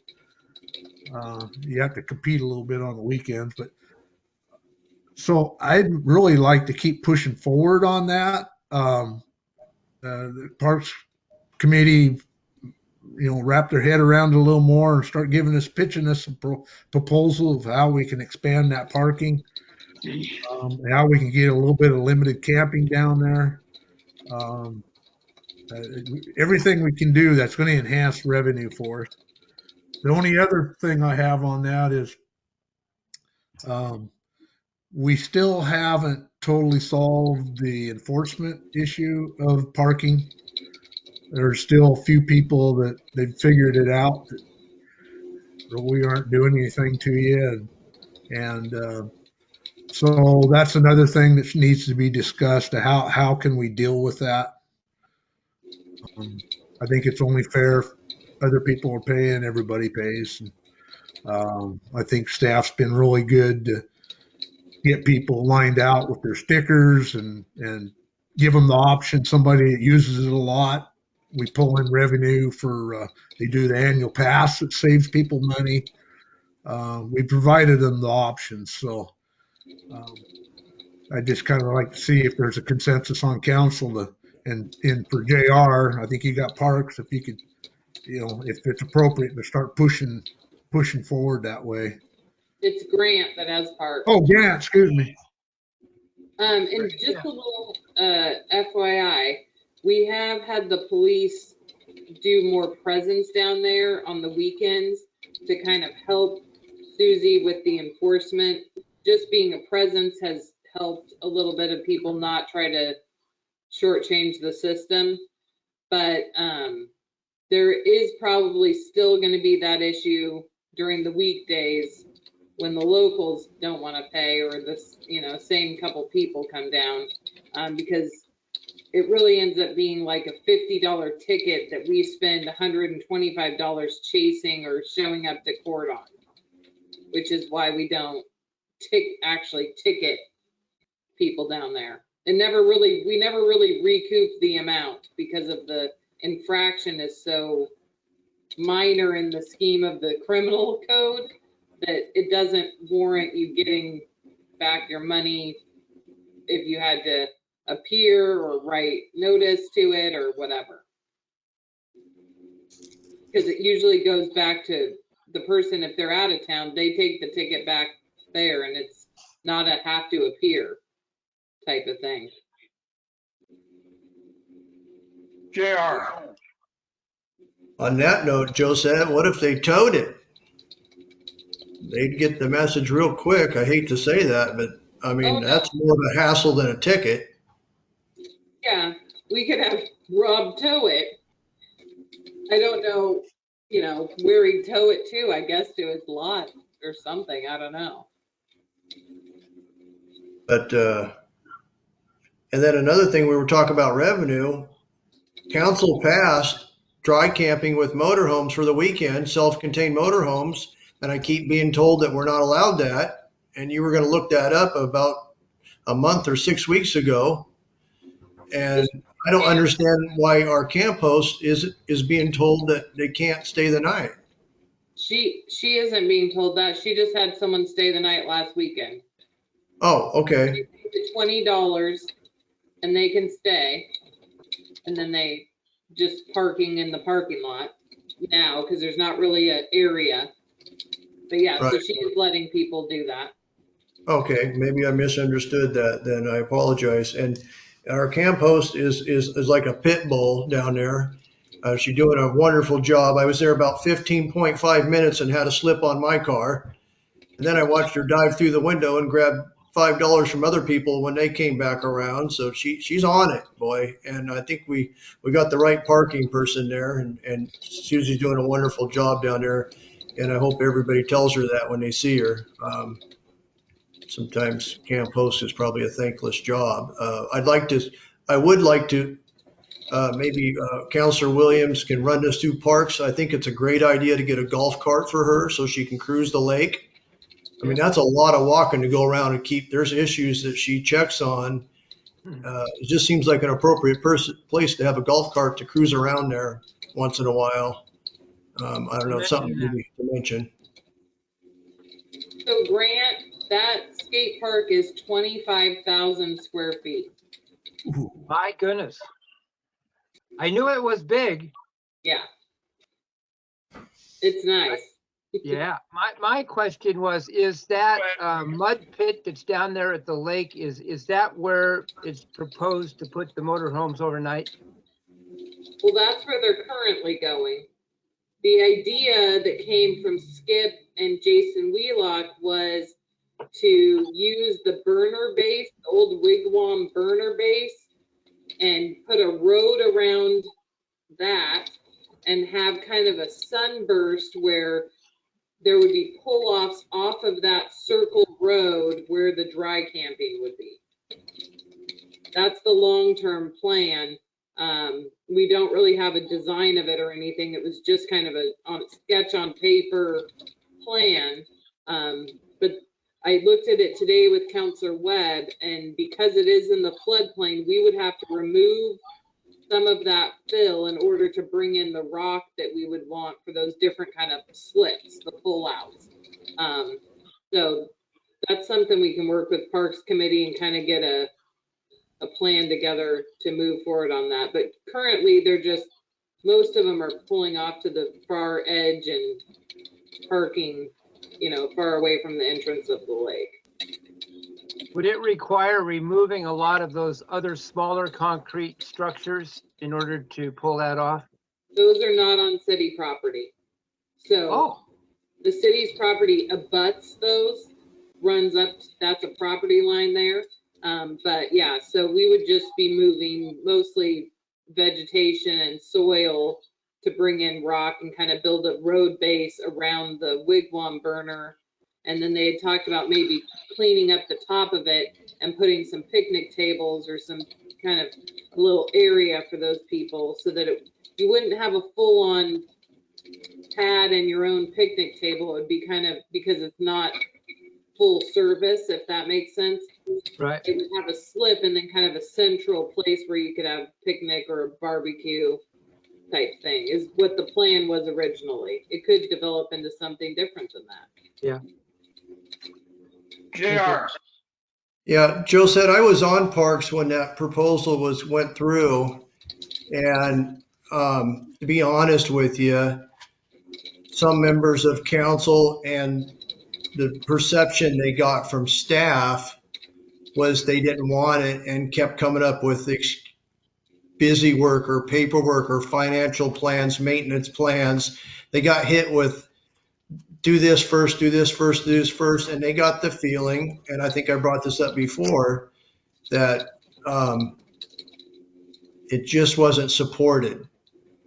And I think if we worked with them a little more and helped them a little more instead of waiting for surveys and waiting for this and having to do this and having to do that, there was boots on the ground that wanted to get in there and start clearing and stuff. At the time, they didn't feel like they had any support. So Well, I hope that- there's a way we can change that and start moving forward on the camping, because I think it is a great addition for revenue down there. And then Yes. also it would give an opportunity for our camp host to get a little bit of the pie too, which she probably should for the camping that and it is going on down there and the overstay nights. So a little more incentive. Hopefully we can look at that too through parks or staff. But anyway, I'm not trying to beat a dead horse. I'm just letting you know how they were feeling at the time. No, I understand how they were feeling. Part of my issue comes from, we can't just let, just insurance and different, not knowing what's in the ground. I couldn't just let them kind of go in there with their tractors and start blazing the trail, which they were really enthusiastic about doing. And that's why I'm like, okay, well, we kind of need a plan. So, and all I got was kind of the back of the napkin, which is a little risky for the city to let someone, I don't know what's there, right? And nobody does. And so I'm a little nervous if they're using their own equipment and they break it, then is the city paying for it? It's just kind of a mess. I'd rather have Jeff use city equipment to go in there and get started and then have them kind of help with the details after that than have someone risk their own stuff on our property and then we end up having an issue or something. That's where I was coming from. And I told that to Jason. I said, I'm more than willing to sit down with anybody and draw up a plan, but we got to have some sort of plan of what our end goal looks like. It can't kind of be free form. And he seemed to understand that at the time, but I think, you know, Skip was real ready to go. And I was like, kind of a little worried about that. Just from that, you know, covering the city from that perspective. But yeah, we could easily work with them to come up with what the steps look like, you know, getting it drawn up and doing some investigative digging and some removal of stuff and see what we got. Go ahead, Dale. So this will probably be more for tomorrow night, but so should we be entertaining putting a little bit of cash in the parks budget there for some contract work in case, you know, within the next fiscal year, we're moving ahead on that a little bit. We might need to get a CAD in there or something besides. I think there's going to have to be something besides the city backhoe doing some of that work. And, Yeah. Yeah, so, you could. And do we have any money for, I know we talked about we're needing some rock in that parking lot. Is there any money set aside in the budget for that? Do you know? I don't believe, let me look here. Hold on. I'm spending your money already, guys. There you go. It's all gone. No, so we just kind of had the same amount in there for the different normal operations and maintenance. I mean, we bumped up the operational materials a little bit by like 5,000, not specific to any one thing. But it does have a pretty good contingency. You could earmark a little of that for, you know, late camping, at least phase 1, right? Getting the dirt removed and cleared and getting some rock in there. Right. At contingency. Well, and we had some carryover this year that we're going to have to decide what we're going to do with. And I know they want 10 grand for play equipment and stuff.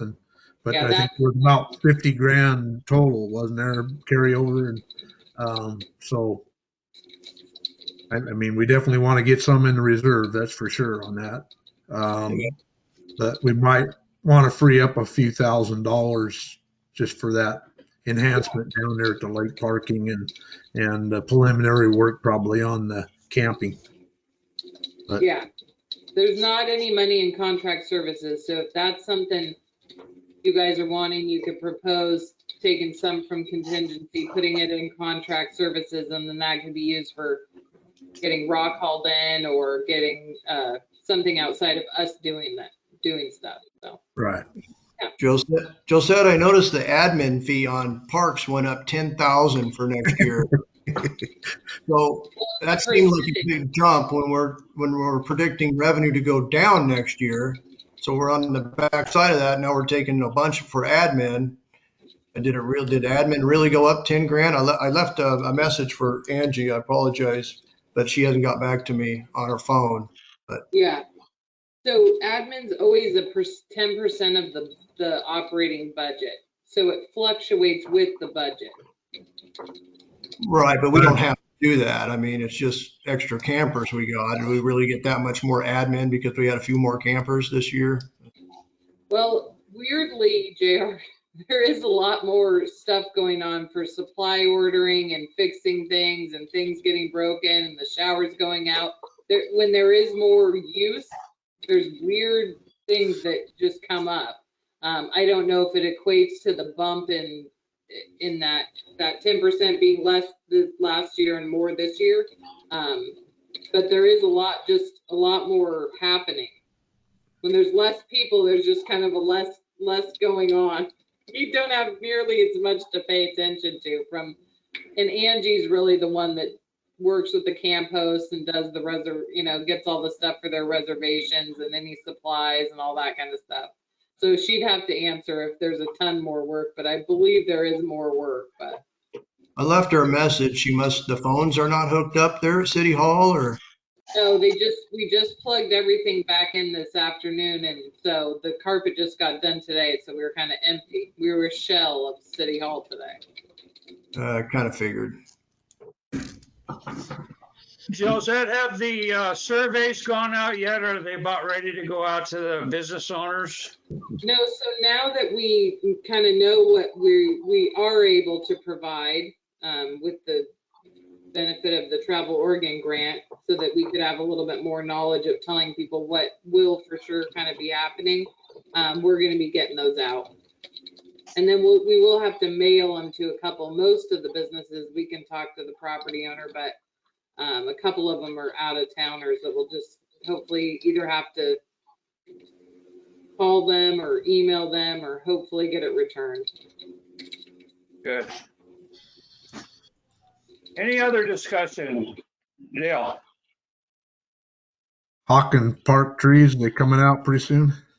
They're coming out pretty soon. Tim's going to be barricading kind of a distance in front of himself and dropping them one at a time.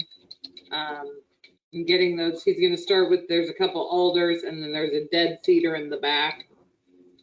And so if you know of anyone that would like to do firewood, have them come my favor and I'll get them a time and place where they could come access firewood, any citizen. The big cottonwoods are getting cut into 17-foot lengths, and Mike Peel's going to get rid of them for us because they don't really tend to be the best firewood. They burn so fast.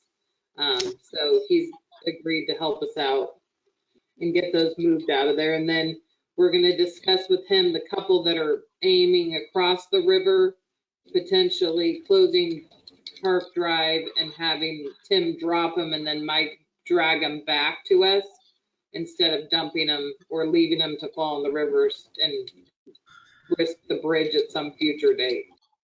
So we're going to try and get them out. So wasn't the museum people looking for some? The museum people? Yeah, I think on that, weren't they? I thought I seen where they were looking for some cedar. And like a length of it? Yeah, and I think it was something with that new structure they're going to put in. I don't know if they wanted a log or something there for the saw thing they're putting in, or okay. I You can might call talk to Joe. Toby. They were looking for a cedar, Okay, so they might be a solution for that dead one. yeah. Anything else? Yeah. Do we have a plant date for Aura Bomeyer? Well, no. I was hoping to give Mr. Meyer time, but it seems like it's taking him forever, so. No, I'm talking about planting the new trees. Yeah, I know. I was trying to wait for him to be out of there so that with the Oh, stumps cut before I put him in, but I gotta get him in this week. At least the cedars I have.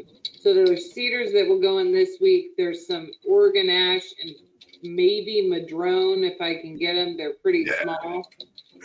I'll And babysit then, them. and then in the fall, we're gonna do seedling.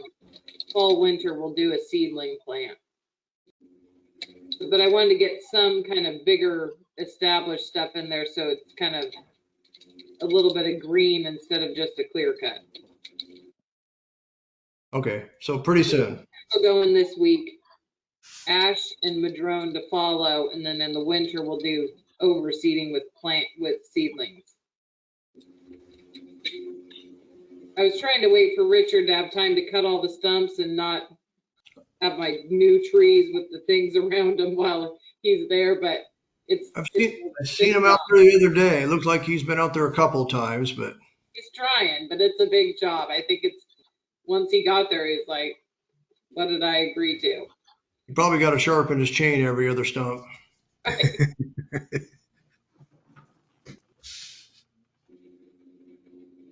Do we have an update on that sign? I know we talked about it a couple of weeks ago, the reader board for downtown. What is the What is the what?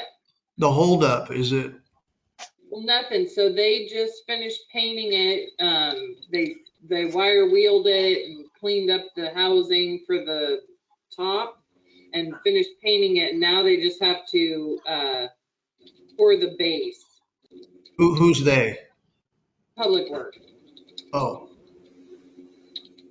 So they got to pour the base and install the pole, and then they'll run the conduit to it, and then it gets mounted. So they've been in with all their other work. They've been working on that housing because the top part of it's going to have basically a sign that's like the picture of Oregon. It's actually Dale's stepdaughter's design, and then it's green trees within the state of Oregon, and then it says Vernonia. I don't know if you've seen Jessie has some stickers that she makes that look like that. That's what's going to go in the top part that used to say Washington Grade School. And then the reader board gets mounted to the pole on both sides with a bracket below that. So they're just got to pour the base and get the pole installed. So that's on their work orders to get going. do you think it'll be installed this summer? Yes, it has to be because we got to get that thing up. Great, thank you. And speaking, you said the word pole. That reminded me of the flagpole up at the laying in the grass up at the cemetery last I looked. Is there a plan on getting that back up for Memorial So Day? it's supposed to be part of an Eagle Scout project, and with COVID, that got pushed off. I did email them, and what Ben and I are going to propose is that we're probably going to just do it ourselves, because waiting for the project thing to work out, we're not getting response from them. So Ben has a schematic for the base design that actually takes the monument that's the War Mothers Memorial. When you come into the cemetery, it's kind of off to the right and it's not in a very good spot where it's seen very much. So he's going to take that plaque and install it in the base of the new flagpole. So it's more prominently positioned. So we're probably going to end up doing that ourselves. We were kind of waiting and allowing that Eagle Scout to have that be part of his project, but I sent another email and didn't get a response. So Ben's going to send a final email that says, if we don't hear back from you, we're going to move forward and do it ourselves.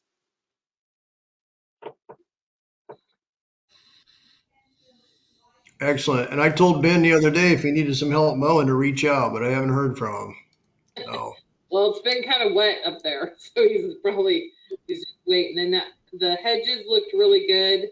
And then he did do some weed removal up there, and he's got some turf builder to try and get that sod back around where they had to excavate.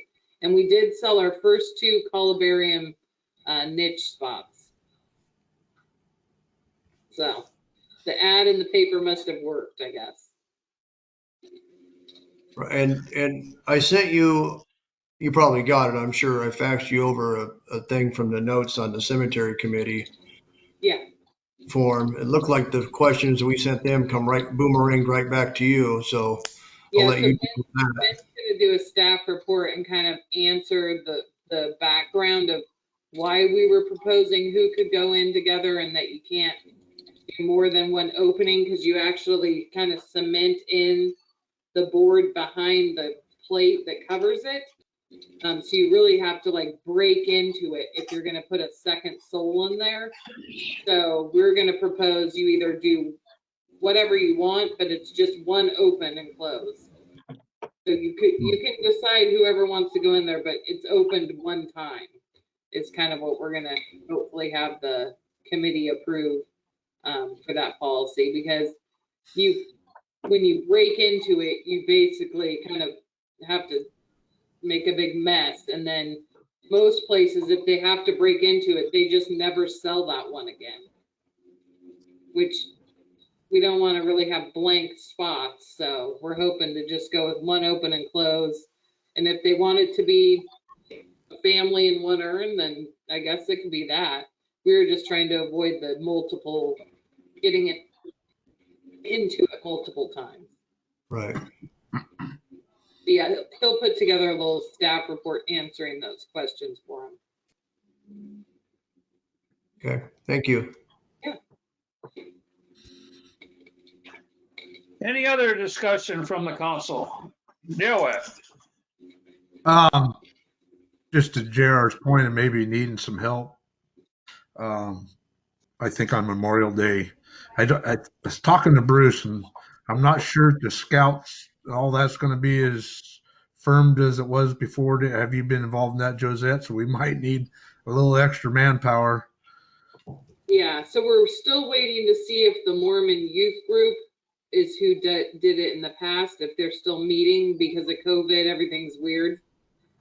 But we'll definitely put the word out if there is need of help in putting the big flags, because it looks like we're going to do another silent service.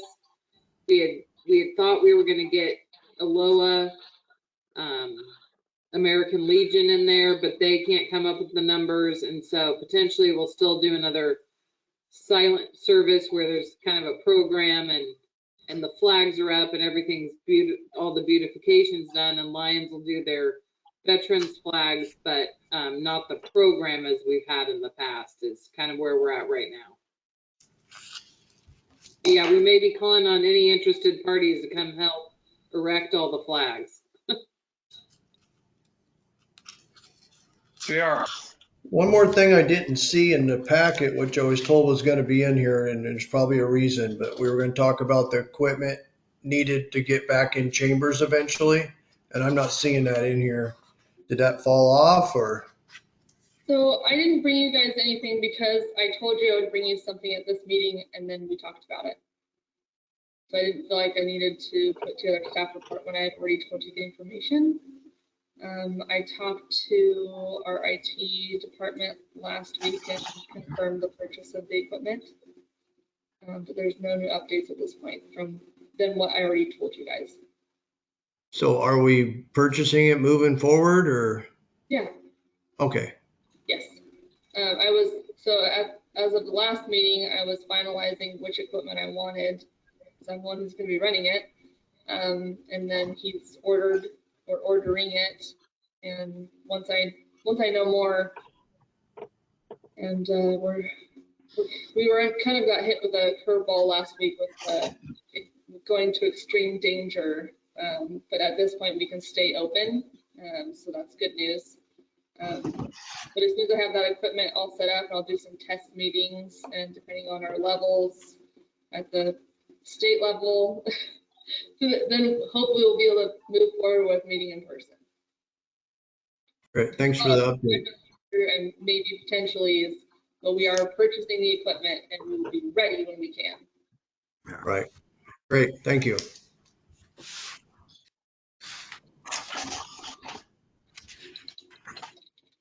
Okay, are we ready for an action item summary? Yeah, Yeah. so I have that staff's going to work with Dorothea and Doug to get the Hometown Heroes banner placed once the spring flower sale banner comes down. And then we're going to work on the reserve policy resolutions in addressing that Appendix B is now the reserve fund payment schedule. That the general fund has the 2% allocated into it, with the cap still at 250, so that's the 7-year plan.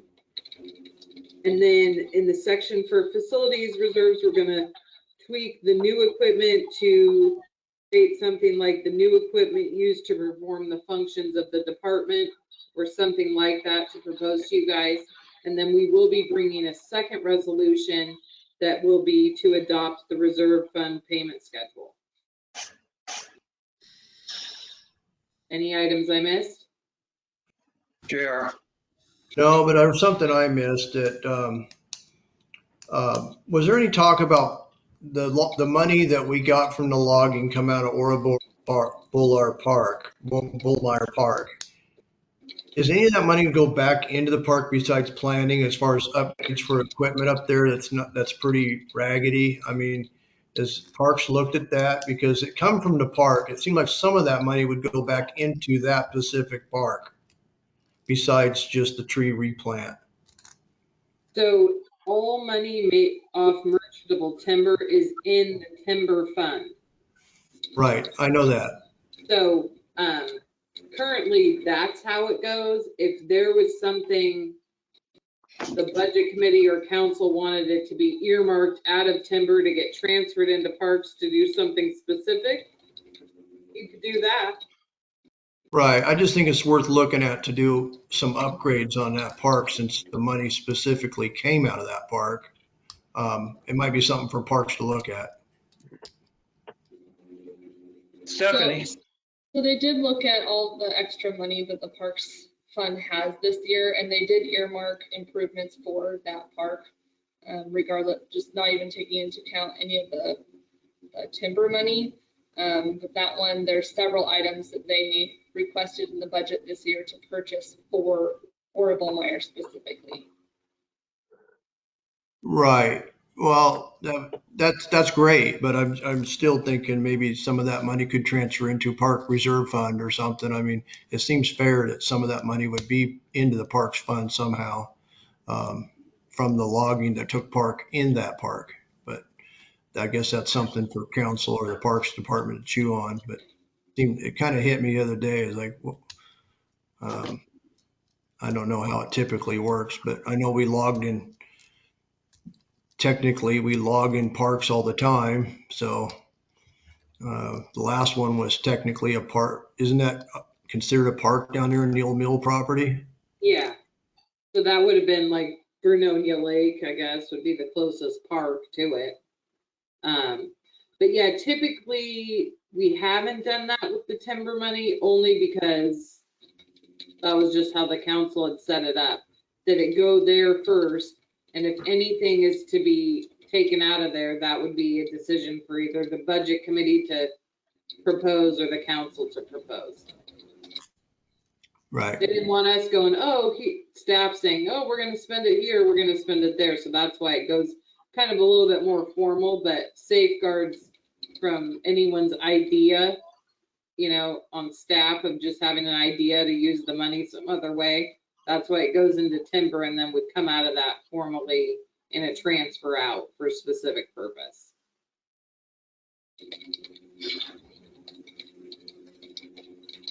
Go ahead, Dale. Yeah, just for your information, tomorrow night I'll be making proposal for in the timber fund for some work that we think needs to happen for enhanced future timber harvest. So we'll be proposing to spend some of that money. So, but yeah, I agree with JR. Eventually timber fund. I mean, that acreage we got up on the hill that's growing and up in the old dump there too. I mean, that's how we funded the city hall and library. So there will be a point when there's a major harvest, those funds won't plow back into, although I had said, well, maybe the city should be buying timberlands. And that's an option too. I don't, some cities that have timberlands have fared very well off that additional income. So anyhow, that probably is a subject for discussion in the future for what we should be doing with those funds.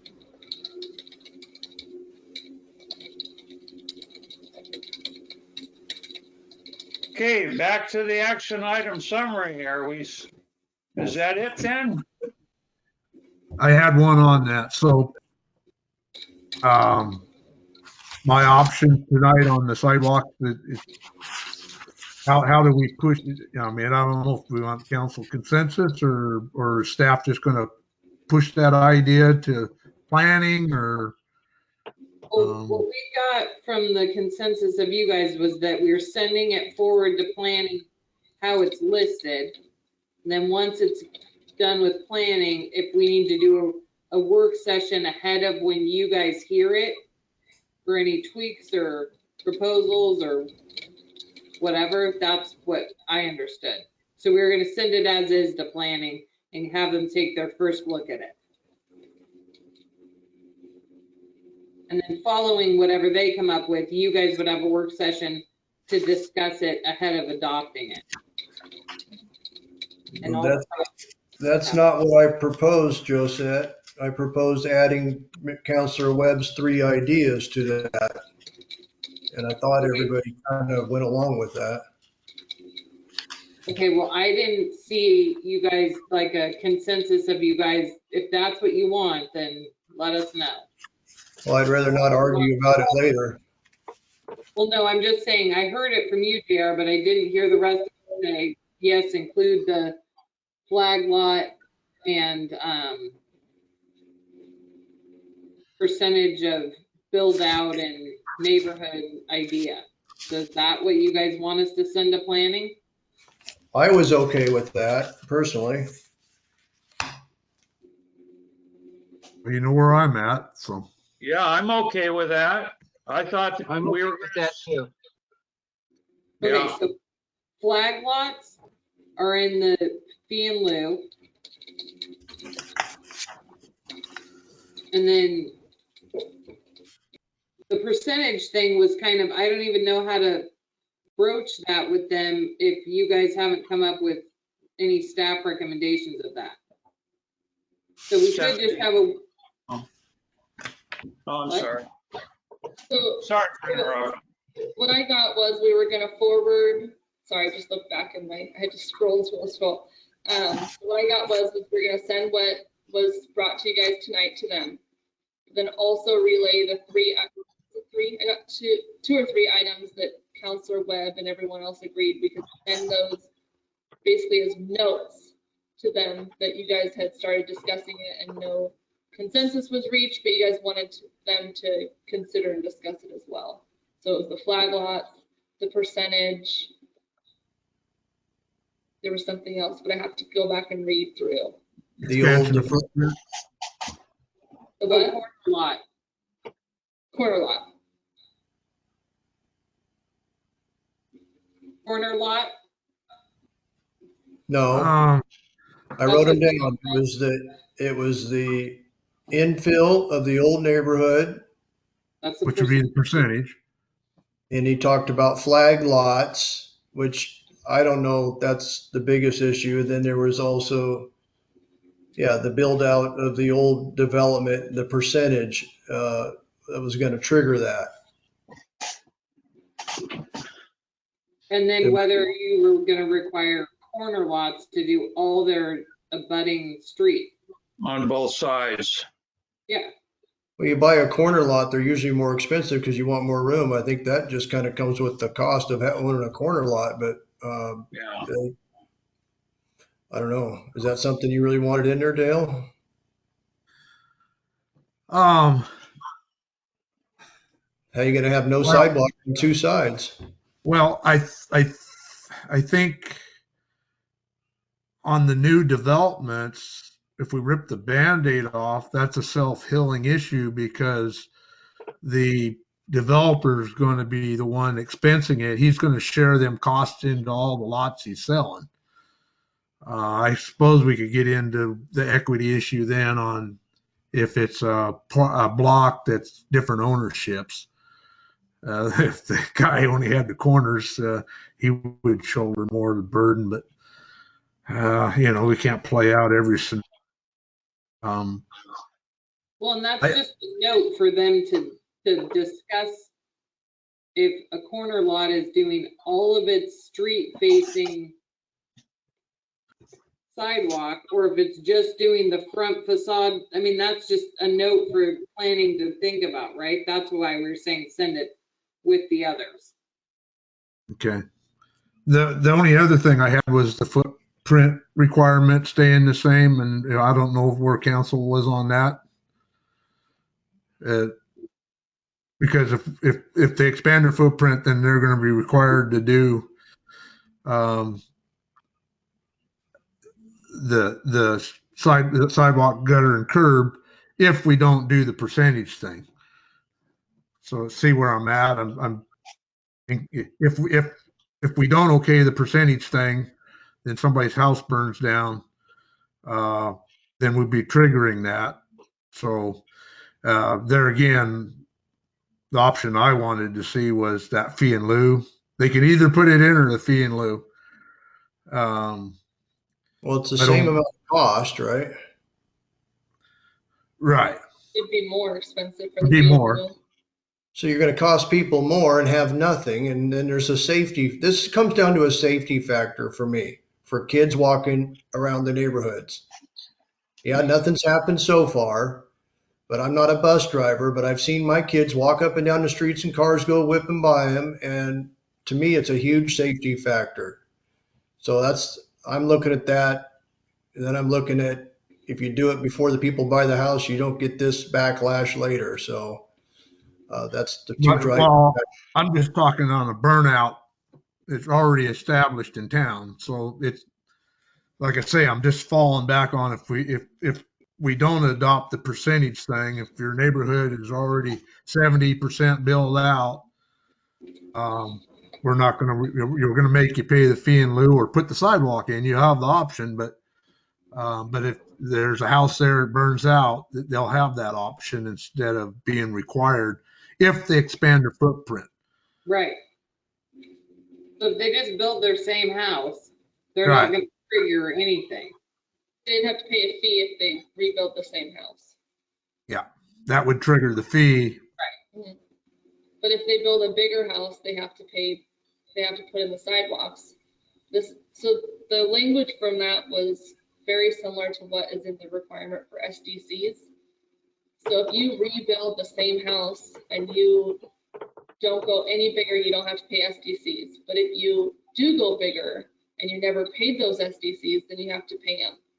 So this is mimicking that same thing. So if my 1,100 square foot house burnt down and I want to go with the same thing, I don't have to put in sidewalks. I just pay the fee and I don't have to do SDCs.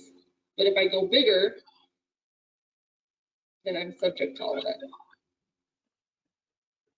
But the option here is right now, without adopting anything, they're not required to do anything. They will be Yeah. required. They will be required to do something in the future if they expand their footprint. They'll either have to put the sidewalk in or pay the fee. And that's all I'm suggesting is they have the option to pay the fee in lieu when they're in one of those neighborhoods that qualifies.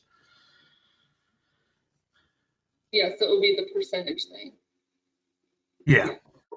Yes. But just to pick up on something that you had noted, at this point, if they have a house burned down and they put in and build a new one, they are subject to all the requirements. They would come to you for a waiver right now. Okay. Because they're like a new house. Yeah. Yeah.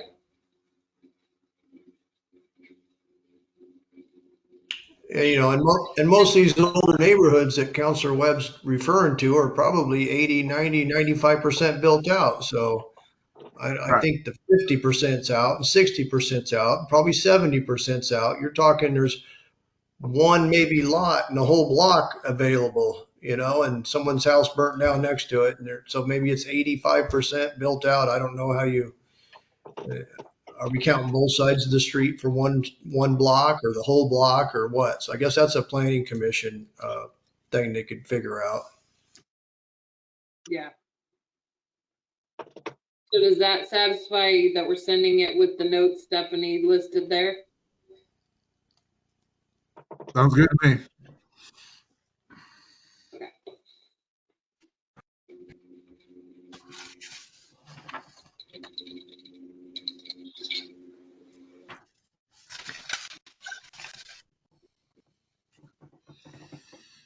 Okay, are we ready to adjourn?